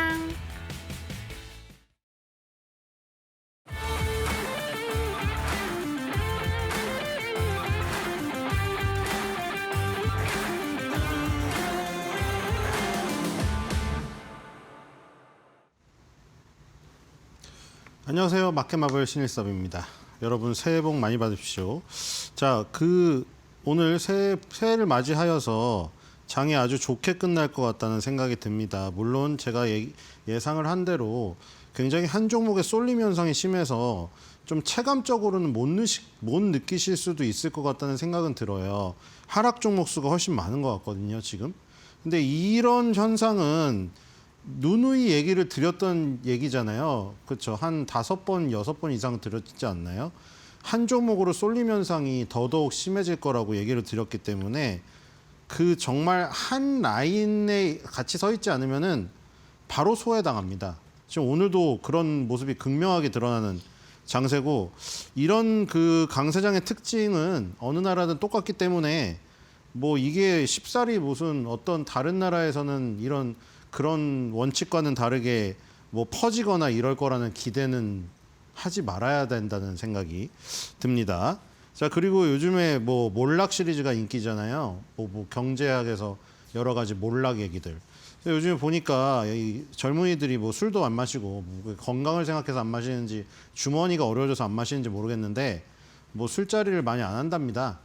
그리고 지금 뭐 발렌타인이니 뭐 화이트데이니 이런 것들도 사실은 빼빼로데이도 잘 예전만큼 안 챙기죠. 그래서 뭐 편의점이나 이런 데서도 이벤트를 하더라도 뭐 효과가 별로 없고 이러는데, 어쨌든 간에 무슨 뭐 어떻게 말을 만들어서도 경제를 좀 살렸으면 하는 바람은 있네요. 그렇죠?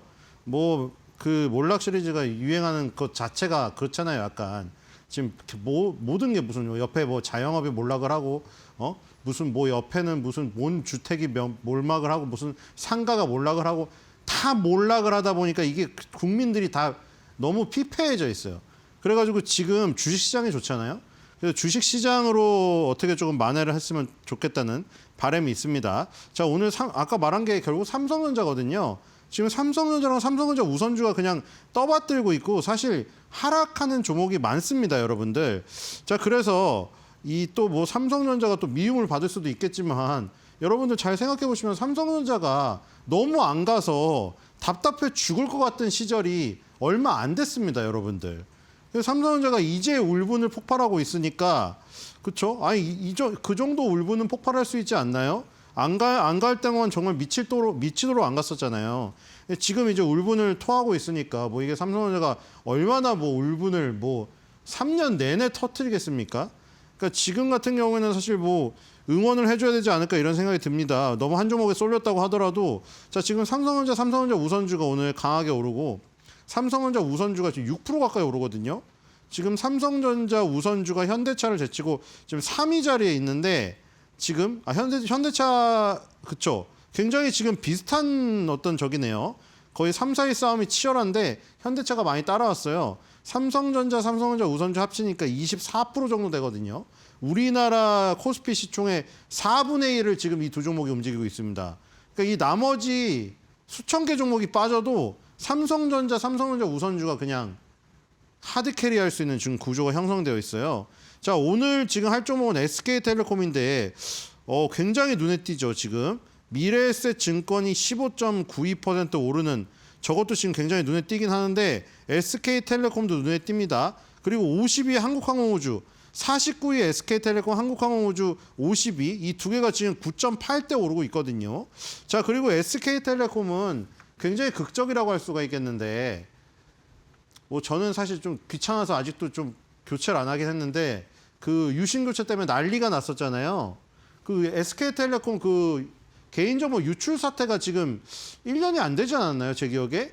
근데 그 지금 사태를 언제 지금 뭐 경험했나 싶을 정도로 잊혀질 정도로 지금 요즘에 시세가 강하거든요. 깜짝 놀랄 정도로. 지금 SK텔레콤도 결국 SK스퀘어랑 그 분사해서 둘 다 성공을 한 케이스네요, 이게. SK스퀘어는 또 SK하이닉스 때문에 날아가고. 자, SK텔레콤 보겠습니다. 우리나라 통신주들이 정말 사실 답답했는데 왜냐면 통신주가 더 이상 뭐가 성장의 가능성이 없었잖아요. 우리 여러분들 통신사 바꾸고 뭐 저기 인터넷 바꾼다고 하면은 바로 상담원이 뭐 준다고 하나요? 현금 무슨 뭐 몇십만 원 껴주고 뭐 TV 새 거 주고 막 이러지 않나요? 그렇죠? 그래서 막 약정 끝나면 안 바꾸면 바보잖아요. 근데 그래서 그렇게 생각해 보면 아니 그렇게 많이 떼주는데 그럼 이거 한 명 바꿀 때마다 그렇게 떼준다는 거는 남는 게 뭐가 있을까?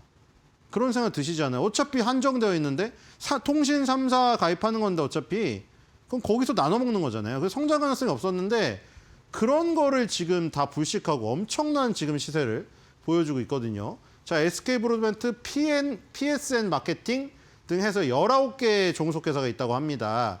자, 그리고 최근에 뭐 IoT, B2B 이런 거 나와서 사물인터넷 해가지고 좀 뜰까 했는데 이걸로 뜬 게 아니라 지금 결국 지분 가치로 떴네요. 그렇죠? 지금 연결기준 매출액이 4.9% 감소, 영업이익 39.2% 감소, 당기순이익 69.2% 감소. 다 좋지가 않아요.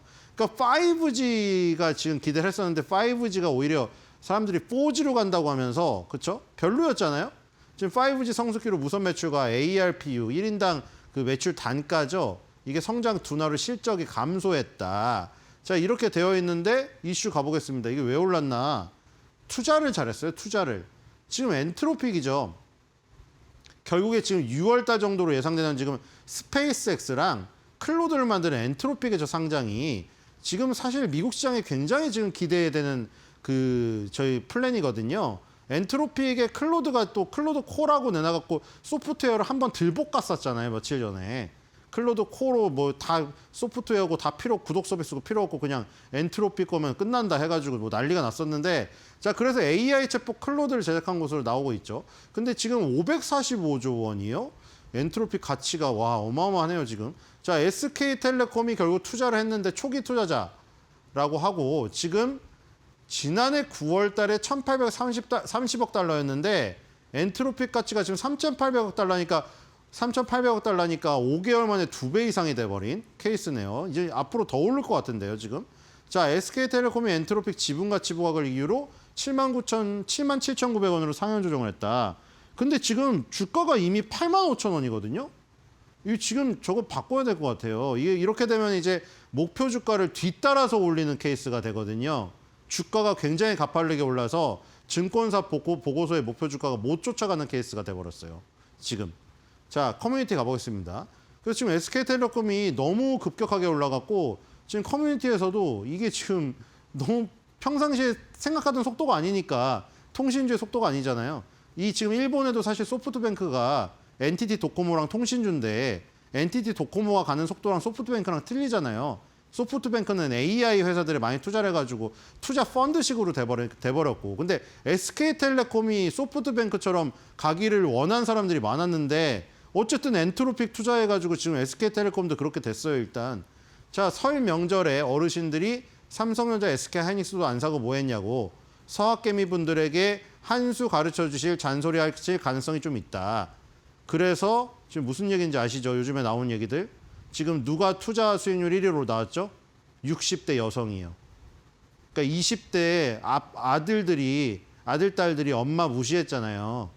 자기 단타 뭐 초단타 치면서 엄마 보고 엄마 무슨 야 단타 쳐야지 엄마처럼 그렇게 거북이같이 삼성전자 현대차 평생 투자해보라고 언제 수익 나겠냐고 그러다가 이번에 한 방 매겼잖아요. 그렇죠? 60대 여성분들이. 그리고 또 젊은 사람들은 이제 서학개미라고 자부심이 크거든요. 미국에 투자해서 국장 안 갈 때 되게 저기 했잖아요. 떵떵거렸잖아요. 근데 지금 위치가 바뀌었죠. 그래가지고 저분이 이제 그걸 녹여서 이런 일이 일어날 것 같다는 얘기를 한 것 같은데 설명절에 어르신들이 국장 사지 않고 너넨 뭐 했냐. 젊은 애들 서학개미 분들 이제 입장이 바뀌었으니까. 그래서 나는 근데 삼성전자 샀다. 삼성전자도 샀고 SK하이닉스 없지만 SK텔레콤 있다. 그러니까 만약에 설 명절 때 어르신들이 우리 서학개미나 뭐 하냐고 하더라도 나는 국장도 좀 한다. 근데 웃긴 게 뒤에 반전 있죠. 설 연휴에 나는 도쿄에 놀러 가기 때문에 어르신들을 안 뵌다. 이거 뭡니까? 놀린 겁니까? 자, 난 이야기를 아주 좋아한다. 하여튼 뭐 이런 상황이에요. 그렇죠? 뭐 국장, 서학개미 뭐 이렇게 나뉘어 있다가 지금 약간 위치가 바뀌었어요. 디커플링이 되는데 우리나라 입장에서는 그게 기분이 좋은 디커플링이죠. 여러분들 그동안 디커플링이 나온다고 하면 맨날 뭐라고 했습니까? 미국장 오르는데 국장 안 오르는 디커플링이었잖아요. 지금 반대가 됐거든요. 미국장이 안 오르고 한국장이 오르는 디커플링이 일어나고 있거든요. 자, SKT 부럽다. 개인정보 유출로 빌빌대더니 올해부터 폭등하네. 그러니까 이게 개인정보 유출 얼마 안 됐는데 사과하고 막 임원진들 다 나와서 인사하고 그랬잖아요. 근데 이게 주가가 이렇게 좋아져 버릴 줄은 몰랐네요. 나중에 다시 들어올게요. 세뱃돈이 필요해서. 자, 근데 이게 오늘 팔아도 돈이 오늘 바로 들어오진 않을 텐데. 그렇죠? 올라타게 한 번만 더 유출 가능한가요? 자, 이거는 좀 그쵸. 마음만이겠죠, 설마.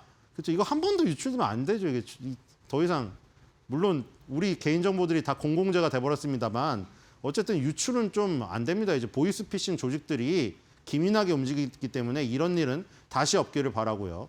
자, 이 다음 코스닥 가보겠습니다. SK텔레콤에 너무 빠졌어요. SK텔레콤 평상시 저런 종목이 아니었기 때문에. 자, 코스닥 아이센스 보겠습니다. 자, 오늘 코스닥은 마이너스죠. 자, 지금 코스닥은 삼성전자처럼 하드캐리하는 어떤 시가총액 상위가 없습니다. 그리고 지금 이 알테오젠 에코프로 비엠 에코프로 보시면은 3%대 비중이거든요. 막 코스피처럼 그렇게 압도적으로 1위가 막 차이가 나고 이러진 않아요. 그래서 지금 마이너스를 플러스 돌아세우지 못하고 있고요. 자, 원익 IPS 17%가 좀 네, 그렇죠. 과하게 떨어지고 있네요. 지금 저게 뭐 소식이 있는지. 주성 엔지니어링 오르는 거 보니까 뭔가 약간 두 개가 차이가 있나 보죠. 여러분 한번 분석해 보시기 바라고요. 아이센스 보겠습니다. 아이센스도 사실 다 유명한 종목이거든요. 아이센스 하면 뭐가 떠오르나요? 딱 당뇨병이잖아요, 무조건. 그렇죠? 기업 보겠습니다. 당뇨병 환자분들에게 필수적인 장치거든요. 자가 혈당 측정기랑 연속 혈당 측정기, 이게 매출의 80%를 차지합니다. 그러니까 당뇨병 환자를 대상으로 하는 아이템들이죠.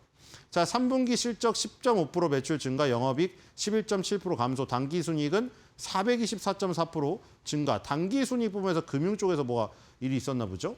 자, 그리고 혈당 측정기 매출 증가로 전체 매출 상승했으나 원가 부담으로 수익성이 제한적이었다.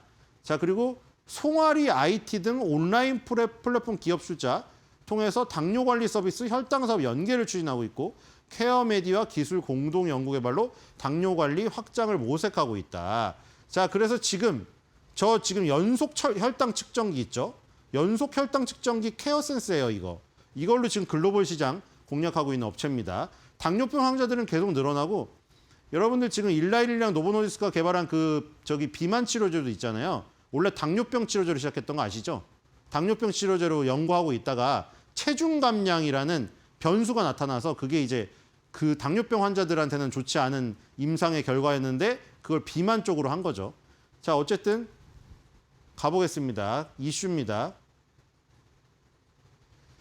자, CGM, 저게 바로 연속 혈당 측정기입니다. 몸에 부착하고 연속 혈당이 바로 이제 혈당에 체크가 되는 거예요. 왜냐면 이 당뇨병 환자들은 혈당이 굉장히 민감하기 때문에 혈당 수치가 높아지는 순간을 빨리 캐치를 해야 됩니다.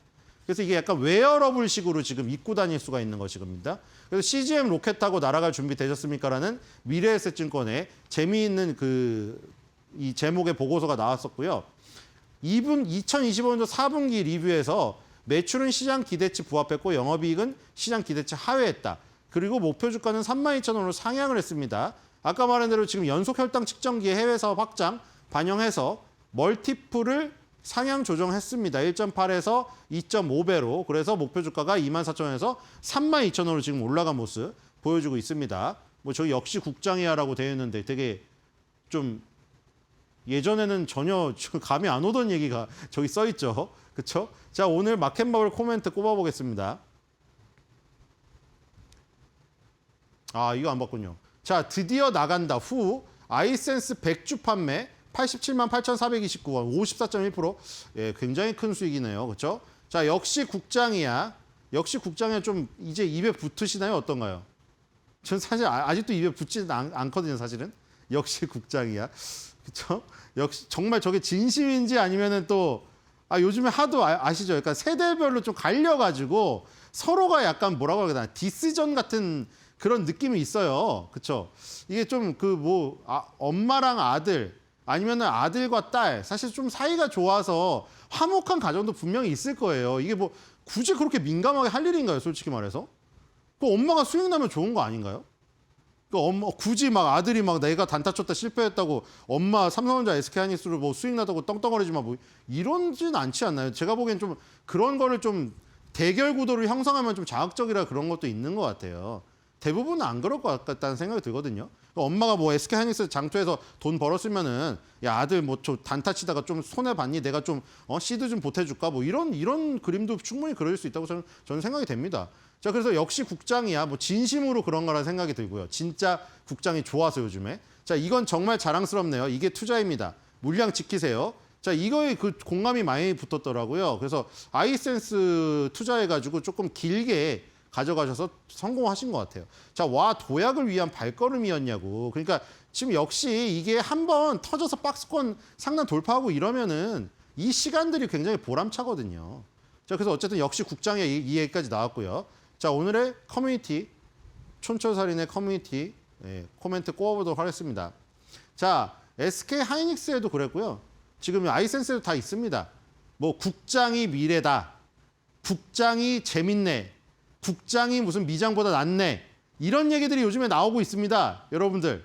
굉장히 생소하긴 하지만 이젠 적응이 되고 있어요. 제가 아까 말씀드렸죠. 오늘도 지수가 디커플링 될 가능성이 높거든요. 근데 예전에는 디커플링 될 가능성이 높다면 어떻게 한다고 했어요? 아유, 나스닥은 올랐는데 코스피는 또 빠졌네 이거잖아요. 반대로 됐다니까요, 지금. 아이고, 나스닥은 또 빠졌는데 코스피는 또 올랐네. 자, 이런 일이 좀 많이 일어났으면 좋겠어요. 그렇죠?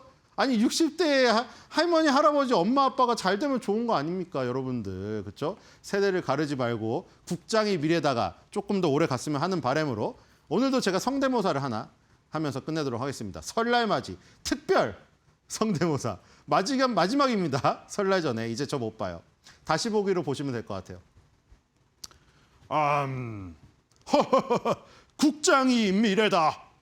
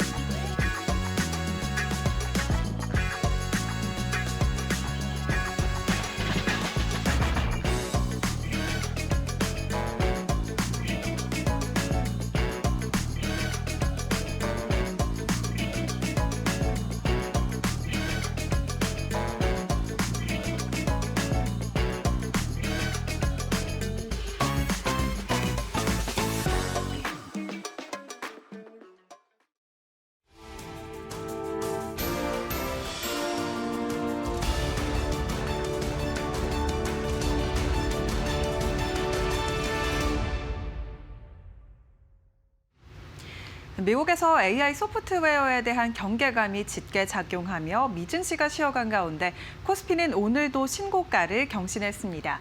반도체 강세 그리고 정책적인 기대감이 뒷받침되며 코스피는 5,550포인트까지 넘어섰는데요.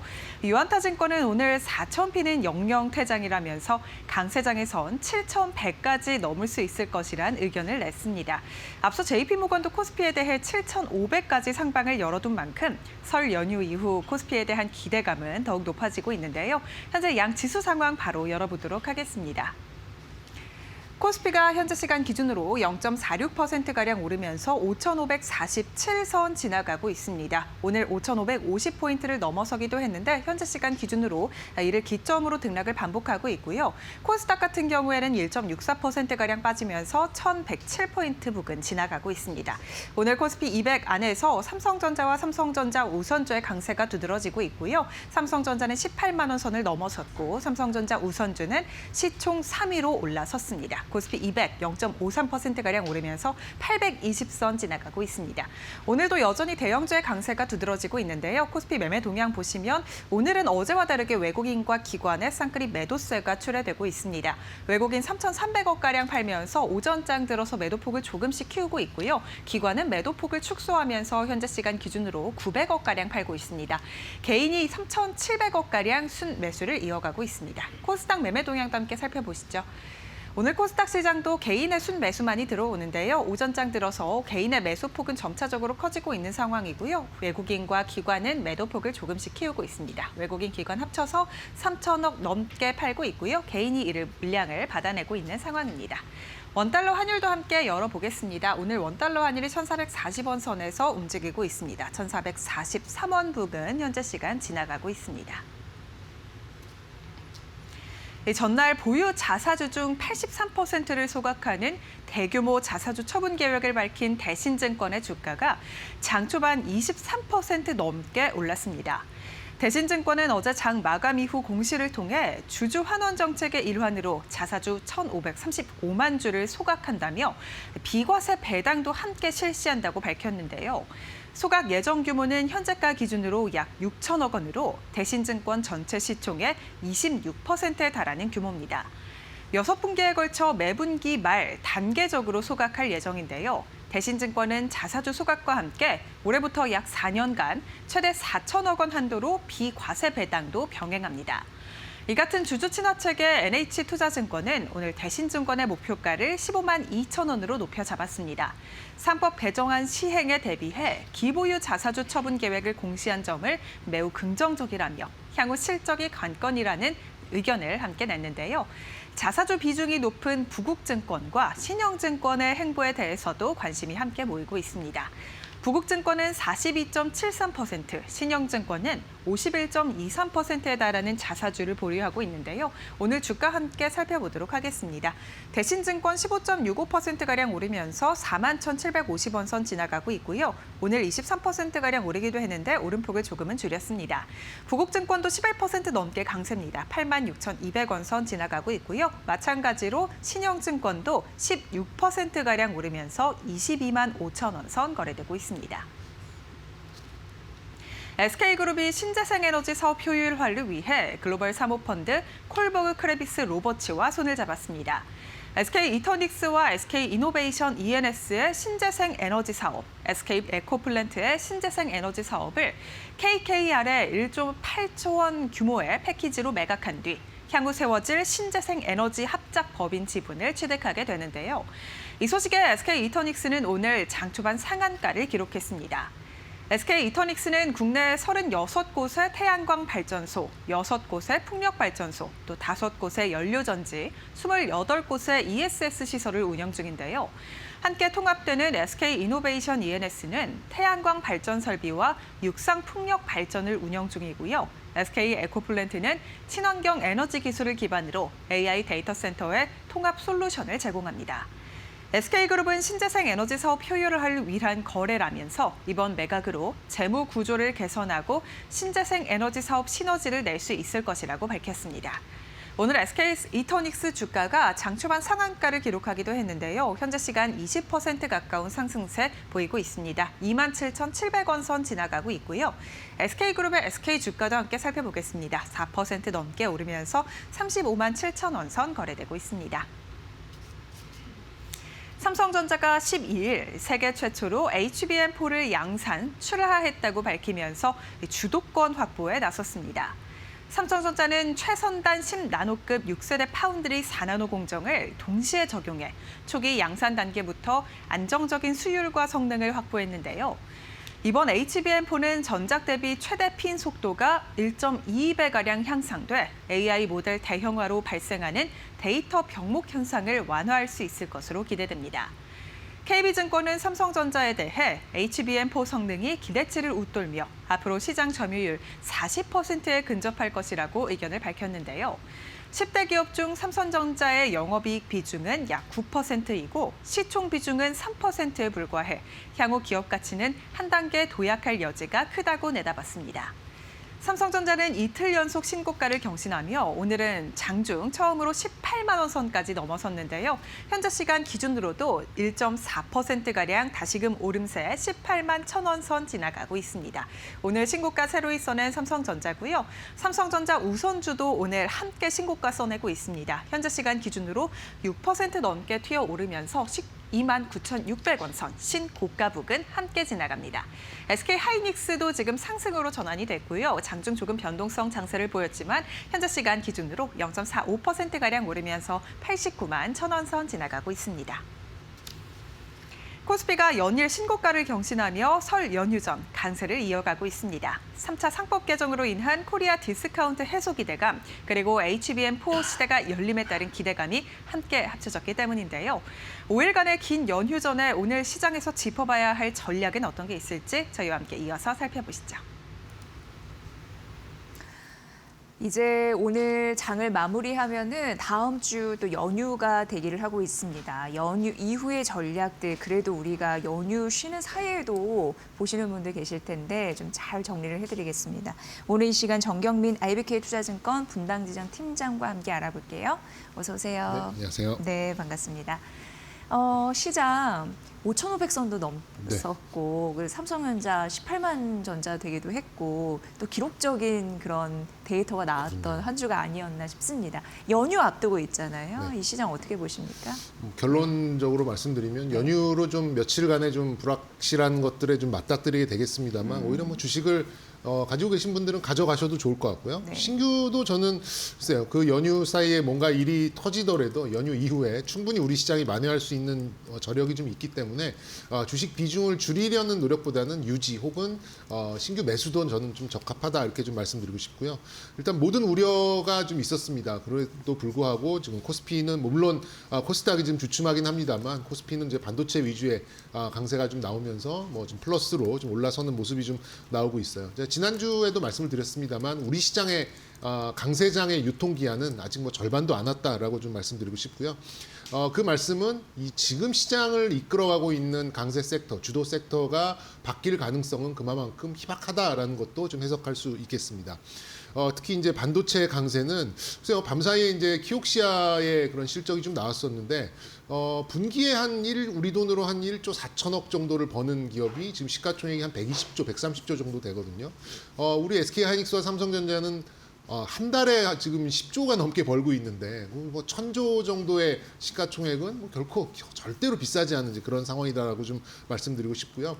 말씀드렸듯이 이제 HBM은 방향성, D램은 어떤 사이클하고 마진, 그리고 낸드는 속도를 만들어내는 그런 강세인데 지금 조마조마 하시는 분들 걱정 마시고 SK 하이닉스나 삼성전자에 대해서는 그냥 매수를 하셔도 좋을 것 같고 또 저런 분들 계세요. 중간에 좀 올랐다 싶어가지고 매도를 하셨던 분들도 계시는데 저는 다시 사도 괜찮은 구간이 아닌가. 이 종목들은 매매보다는 품고 가야 되는 종목이다라는 거 다시 한번 좀 강조드리고 싶습니다.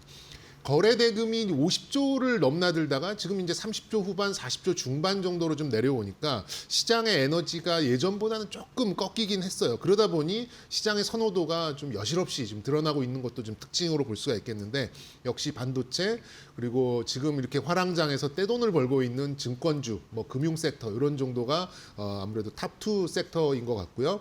그리고 이제 아랫단에 보니 이제 에너지 관련돼서 지금 에너지에 관련된 섹터 내에 좀 순환매가 나오고 있어요. 어느 날은 원전이 오르고, 어느 날은 전력기기가 오르고, 어느 날은 뭐 태양광이나 수소가 오르고 이런 쪽에서 좀 순환이 나오고 있다 보니까 지금 현재 시장의 1, 2, 3등의 어떤 선호도는 반도체 그리고 증권 그리고 에너지 이런 쪽으로 좀 가져가고 있고요.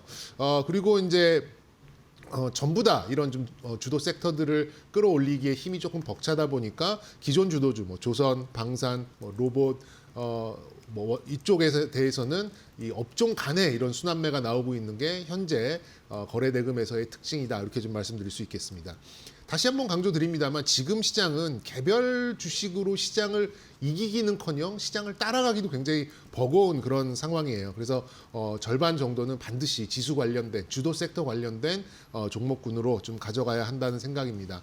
적어도 40% 정도 이상은 반도체 그리고 코스닥 뭐 정부 정책이나 이런 기대감이 있으니까 이런 쪽에 한 20% 정도를 고정을 해두고 뭐 나머지를 이제 뭐 금융이나 뭐 원전 에너지, 뭐 방산과 우주항공, 뭐 조선, 자동차와 로봇 이런 쪽의 섹터 한 너댓 개를 가지고 순환매 트렌드에 맞게 조합을 해 나가신다면 연휴 이후에도 뭐 저는 뭐 포트폴리오 전략으로서 뭐 손색 없는 그런 시각이 아닐까 이렇게 좀 말씀드리겠습니다. 네. 그리고 어플라이드 머티리얼즈가 시간의 거래에서 12에서 13% 급등하는 흐름들이 나타났습니다. 이걸 보면서 반도체 소비장 섹터에 조금 더 훈풍이 이어지나 이런 생각도 들고요. 그럼 자연히 이제 메모리단의 기업들도 그렇죠. 긍정적인 흐름들이 나타날 텐데 전반적으로 투자가 많아지면 소비장 섹터들 바빠질 수밖에 없잖아요. 네네. 그런 의미에서도 궁금한 전략이 있습니다. 뭐 좀 재미있는 표현을 하자면 지금 이제 뭐 세뱃돈 대신에 주식을 대신 뭐 아이들에게 사준다 아니면 세뱃돈으로 연휴 이후에 어떤 종목을 살 것이냐라고 좀 본다면 뭐 반도체 뭐 빅2 종목 SK하이닉스, 삼성전자를 제외하고 난다면 저는 코스피 쪽에서는 원전, 코스닥 쪽에서는 반도체 소부장 이렇게 좀 꼽아드리고 싶어요. 일단 악재로 불렸었던 이제 마이크론 HBM4 탈락 소식이 일단 사실 무근으로 좀 밝혀졌고요. 그리고 코스닥 내에서 이제 실적적으로 상대적으로 좀 우월한 이제 그런 부분이 좀 있다 보니까 코스닥의 좀 화랑을 좀 기대를 해볼 때는 상대적으로 좀 더 강세를 보일 가능성이 좀 있지 않을까 좀 생각이 듭니다. 물론 이제 마이크론 쪽에 그 비중이 절대적이진 않습니다만 마이크론이 HBM4를 양산을 하고 안 하고의 차이는 우리나라 소부장 기업들한테는 굉장히 큰 차이로 좀 볼 수가 있어요. 근데 참 다행스럽게도 이미 이제 생산을 했고 양산을 하고 인도도 하고 있다라는 얘기가 나왔고요. 향후에 이제 5에서 10% 수준의 시장 점유율을 가져간다라고 하면 3위 업체인 마이크론이 5에서 10%의 비중을 가져간다라고 하면 그만큼 파이가 커졌다라는 뜻으로 얘기를 할 수 있겠고 간접적으로 SK하이닉스와 삼성전자의 HBM4의 점유율은 굉장히 높게 가져갈 것이다 이렇게 예상을 해볼 수 있을 것 같습니다. 이 논리 정도만으로도 소부장 관련된 섹터들의 반등 논리는 저는 충분하다라고 좀 생각이 들고요.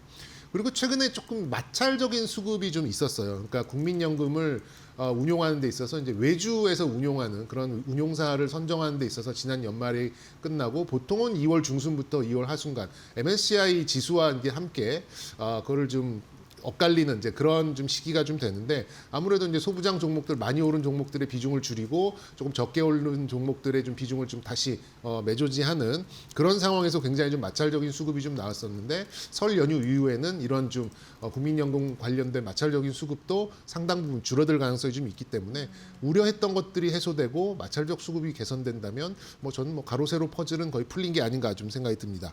일단 어제 장비의 대표적인 종목으로 볼 수 있는 한미반도체가 뭐 오늘은 이제 어제만큼은 아닙니다만 어느 정도 강한 이제 지표로서의 신호탄을 좀 쏴줬었죠. 그렇게 봤다면 말씀드린 대로 이제 메모리 반도체에 대한 그런 소부장 관련된 종목들의 대표적인 종목들로 좀 집중을 해보시는 게 어떨까. 그리고 지난 출연 시간에도 말씀을 드렸습니다만 역시 이제 뭐 다른 소재나 대규모의 어떤 발주가 나가는 장비 뭐 이런 쪽보다는 반도체를 생산하면 할수록 지속적으로 소모될 수밖에 없는 부품 쪽에 아무래도 좀 선호도가 좀 높게 나타날 가능성이 좀 있다라고 좀 생각이 들어요. 그런 면에서 봤을 때는 반도체 부품 쪽이 조금 유리하다라는 말씀을 다시 한번 좀 강조드리고 싶고요. 대표적인 종목으로는 이제 SK 쪽에 지분이 들어가 있는 ISC라는 종목, 테스터 소켓 종목입니다. 이 역시도 반도체의 검사 장비로서 반도체 생산이 늘어나면 지속적으로 좀 갈아줘야 되는 그런 소모성 부품이라고 좀 생각하시면 될 것 같고요. 지난주에 또 관심 종목으로 말씀드렸던 CMTX 반도체 파츠 관련된 종목이죠. 뭐 쉽게 말씀드리면 냄비 받침이라고 생각하시면 될 것 같아요. 웨이퍼의 이제 겉테두리에서 이제 그 뒤틀리는 걸 막는 이제 그런 부품인데 이건 뭐 찍어내면 찍어낼수록 지속적으로 소모될 수밖에 없는 실리콘 제품이니까요. 오늘 장에도 5% 이상 올라가고 있는 그런 상황이고 지금 신고가를 만들어낼 수 있는 그런 부분이기 때문에 지속적인 주가 모멘텀 충분히 기대해 볼 수 있는 그런 상황이고요.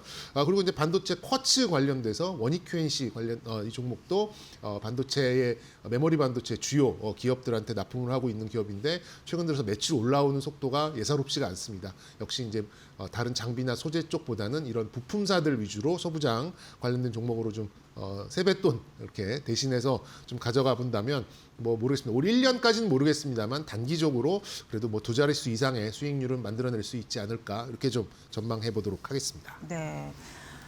그리고 오늘 금융주 상대적으로 또 52주 신고가 네. 간 종목들이 상당합니다. 대표적으로 신한지주, 하나금융지주, 기업은행 그리고 그 정도.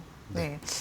금융지주는 사실 정책 모멘텀 때문에 네. 지속적으로 추가 상승에 대한 여력이 있다라고 많이들 얘기하시더라고요. 네. 그래서 이번 주 어떻게 보면 핫한 테마 중에 하나가 금융주가 아니었나. 그렇죠. 증권, 뭐 보험주 이런 부분 더해서 어떻게 네. 보십니까? 네. 일단 금융지주 쪽은 이게 가장 큰 변수는 저는 금리라고 봐요. 한국의 10년물 금리가 지금 기준금리는 유지되고 있습니다만 뭐 3.75를 찍고 뭐 오늘 확인해 보니까 3.65 정도. 그러니까 생각보다 굉장히 높은 단에 좀 위치를 해 있는 그런 상태고 뭐 옆나라 일본도 굉장히 높은 이제 그 10년물 국채금리를 좀 가져가고 있고요.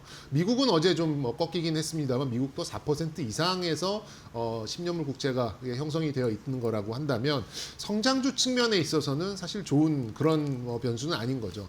그러니까 이제 금융지주 이런 고금리에 좀 유리한 은행주들이 강세를 보이는 상황에서 코스닥이 상대적으로 약세를 보이고 있는 것은 역시 이제 할인율. 우리가 코스닥이 강세로 갈 거라고 또 바이오가 강세로 갈 거라고 예상을 했던 이유는 금리 인하 속도가 굉장히 빨라지면서 성장주 쪽에서 자금의 어떤 유입이나 또 할인율적인 측면에서 유리할 것이다라는 가정을 세우고 봤기 때문에 바이오나 이런 쪽에 좀 강세를 좀 예상을 했는데 그 반대의 현상이 나온다라고 한다면 역시 변수 자체는 이제 금융지주, 은행 또 크게 본다면 뭐 증권까지도 연결이 되어 있지 않나라는 좀 생각이 듭니다. 아무래도 좀 코스피 대비 소외감이 느껴질 수밖에 없는 그런 상황이 아닌가 싶은데요.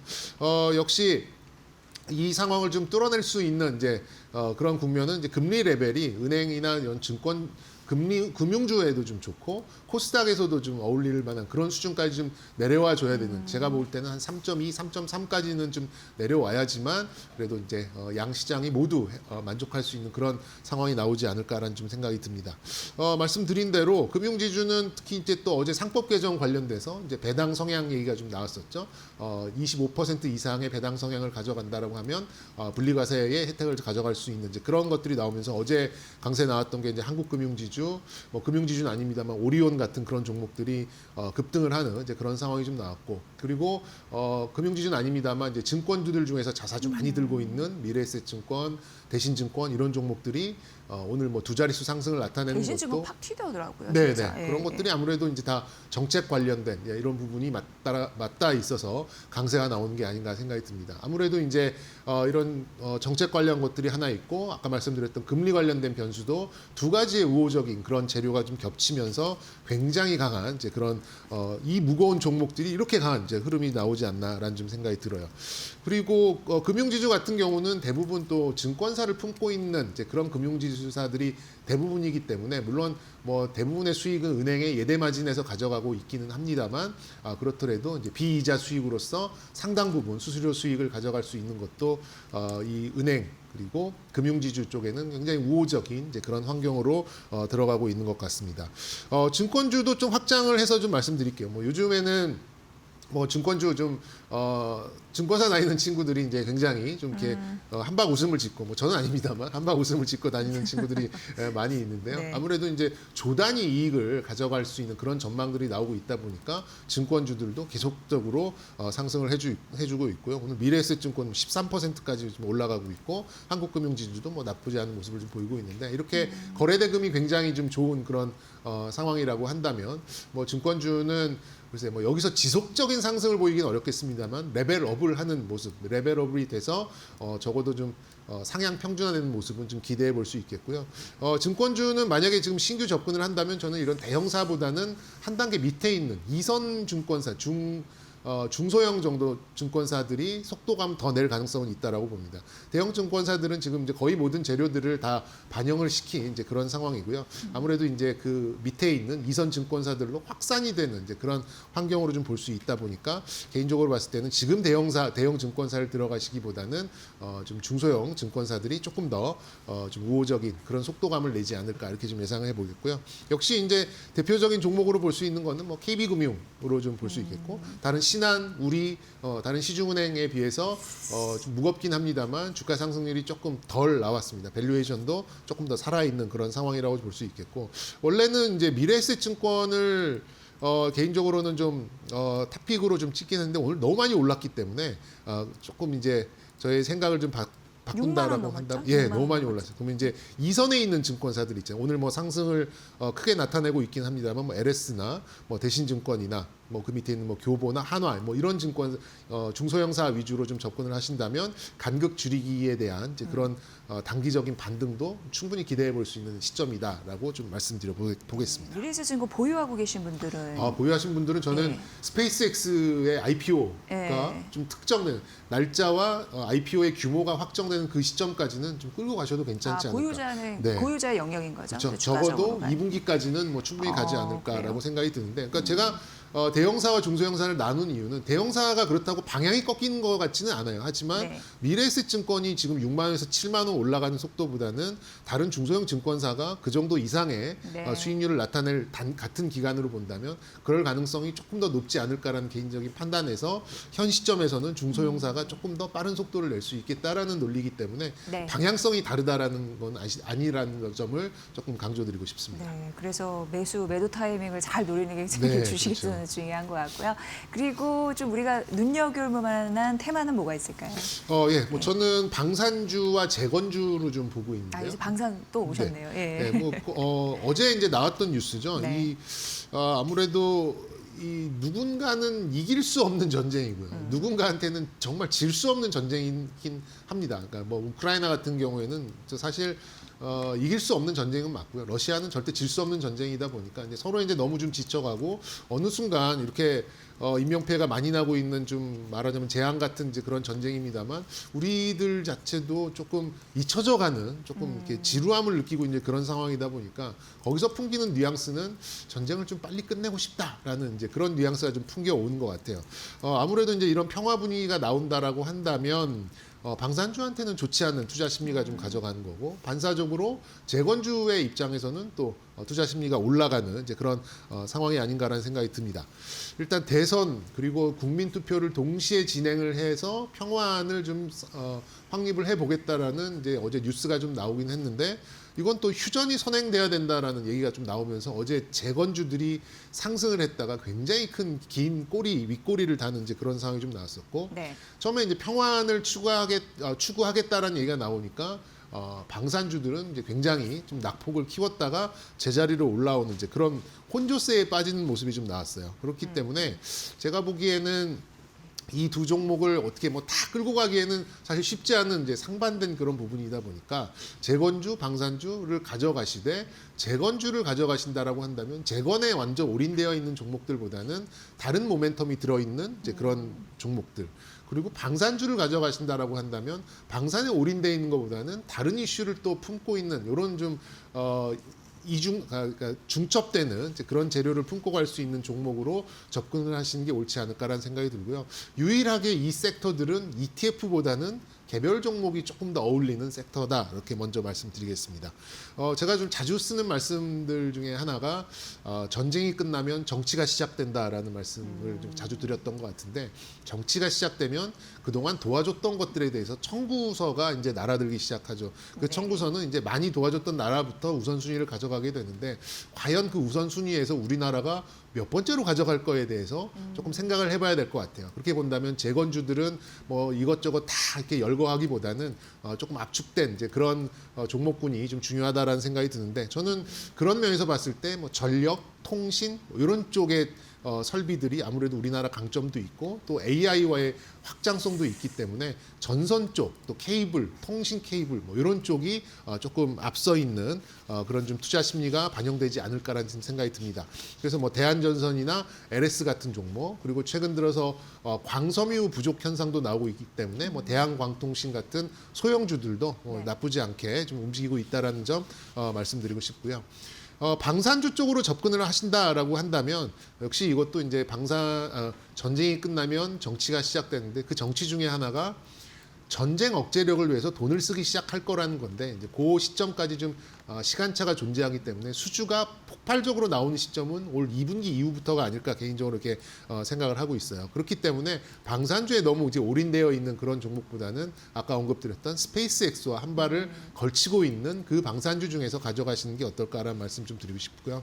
개인적으로 그런 봤을 때는 역시 한국항공우주, 한화시스템이 조금 어울리는 이제 그런 상황이고, 한화에어로스페이스가 이제 대장주이긴 합니다만 지난 시즌에 실적이 조금 미스를 했기 때문에 그 실적이 치유되는 걸 반드시 보여줘야 하는 그런 시간적인 그런 어떤 치유 시간이 좀 필요한 것 같아요. 그래서 수주가 막 쏟아져 나오는 그런 상황이 아니라면 한화에어로스페이스는 조금 속도가 좀 늦춰질 가능성이 있고요. 그런 면에서 한국항공우주, 한화시스템 이 두 종목이 저는 방산 그리고 우주항공을 함께 가져갈 수 있는 종목이 아닐까, 이렇게 좀 말씀드려보도록 하겠습니다. 네, 코스피가 또 들어올리는 힘을 보여주고 있습니다. 5,538선까지 다시금 되찾는 흐름들 나타내주고 있습니다. 개인의 매수세에 들어와 있는데, 전반적으로 순환매 업종 현상에서 좀 볼 그런 눈여겨볼 업종이 좀 상당하다는 좀 긍정적인 부분 아닐까 싶습니다.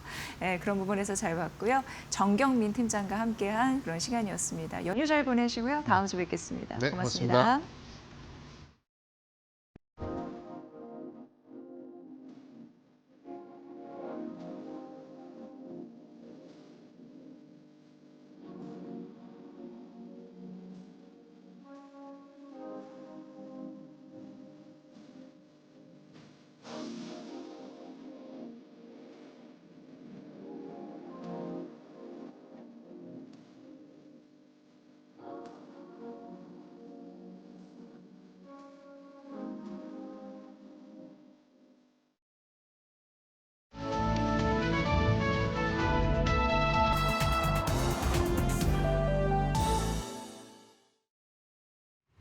안녕하세요. 증시날씨 전해드리는 마켓에더 김수현입니다.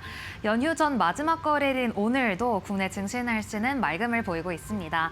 우선 간밤 뉴욕 증시에서는 AI 공포가 재확산되며 기술주 중에서도 메모리 반도체주를 제외하고는 전부 밀렸습니다. 3대 지수도 하락 마감을 보이기도 했는데요. 그 가운데 우리 증시는 디커플링 흐름을 보이면서 오늘도 장중에 사상 최고가 랠리를 이어가고 있습니다. 오늘 코스피 연휴 앞두고도 맑음을 보이고 있는데요. 다음 장에서 더 자세한 시장 분위기 살펴보겠습니다. 우선 오늘 반도체주 맑음 보이고 있습니다. 어제 장을 마감하고 삼성전자가 세계 최초로 엔비디아향 HBM4 출하 소식을 알리면서 오늘 정규장까지 그 상승 탄력이 이어지고 있는데요. 삼성전자 오늘 처음으로 사상 최고가인 18만 전자를 달성했고요. SK하이닉스도 오늘 90만 원 선을 오가는 흐름을 보이고 있습니다.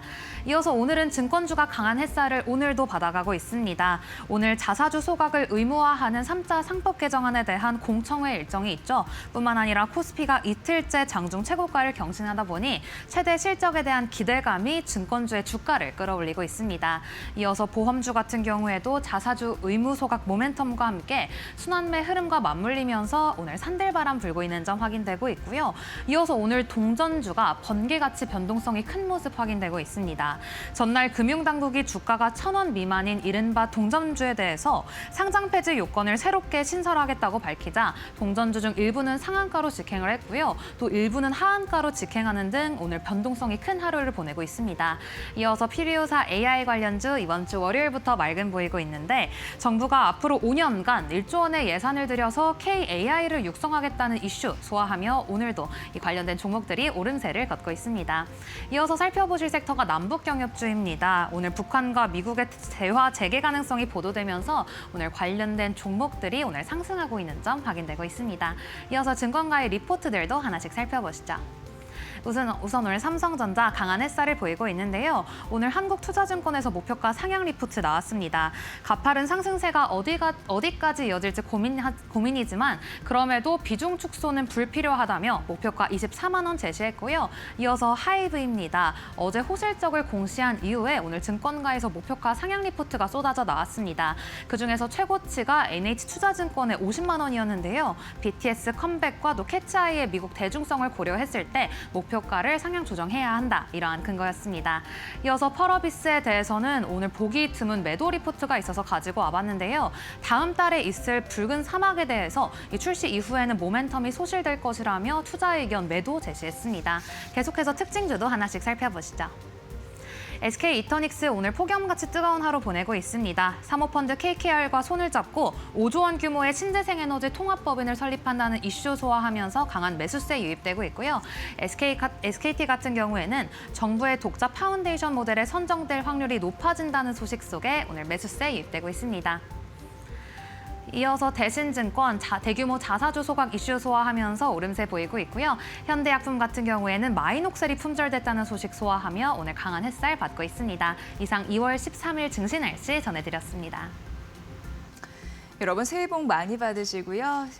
행복한 연휴 보내시고요. 다음 주 목요일 오전 10시 뵙겠습니다. 함께해 주신 여러분 고맙습니다.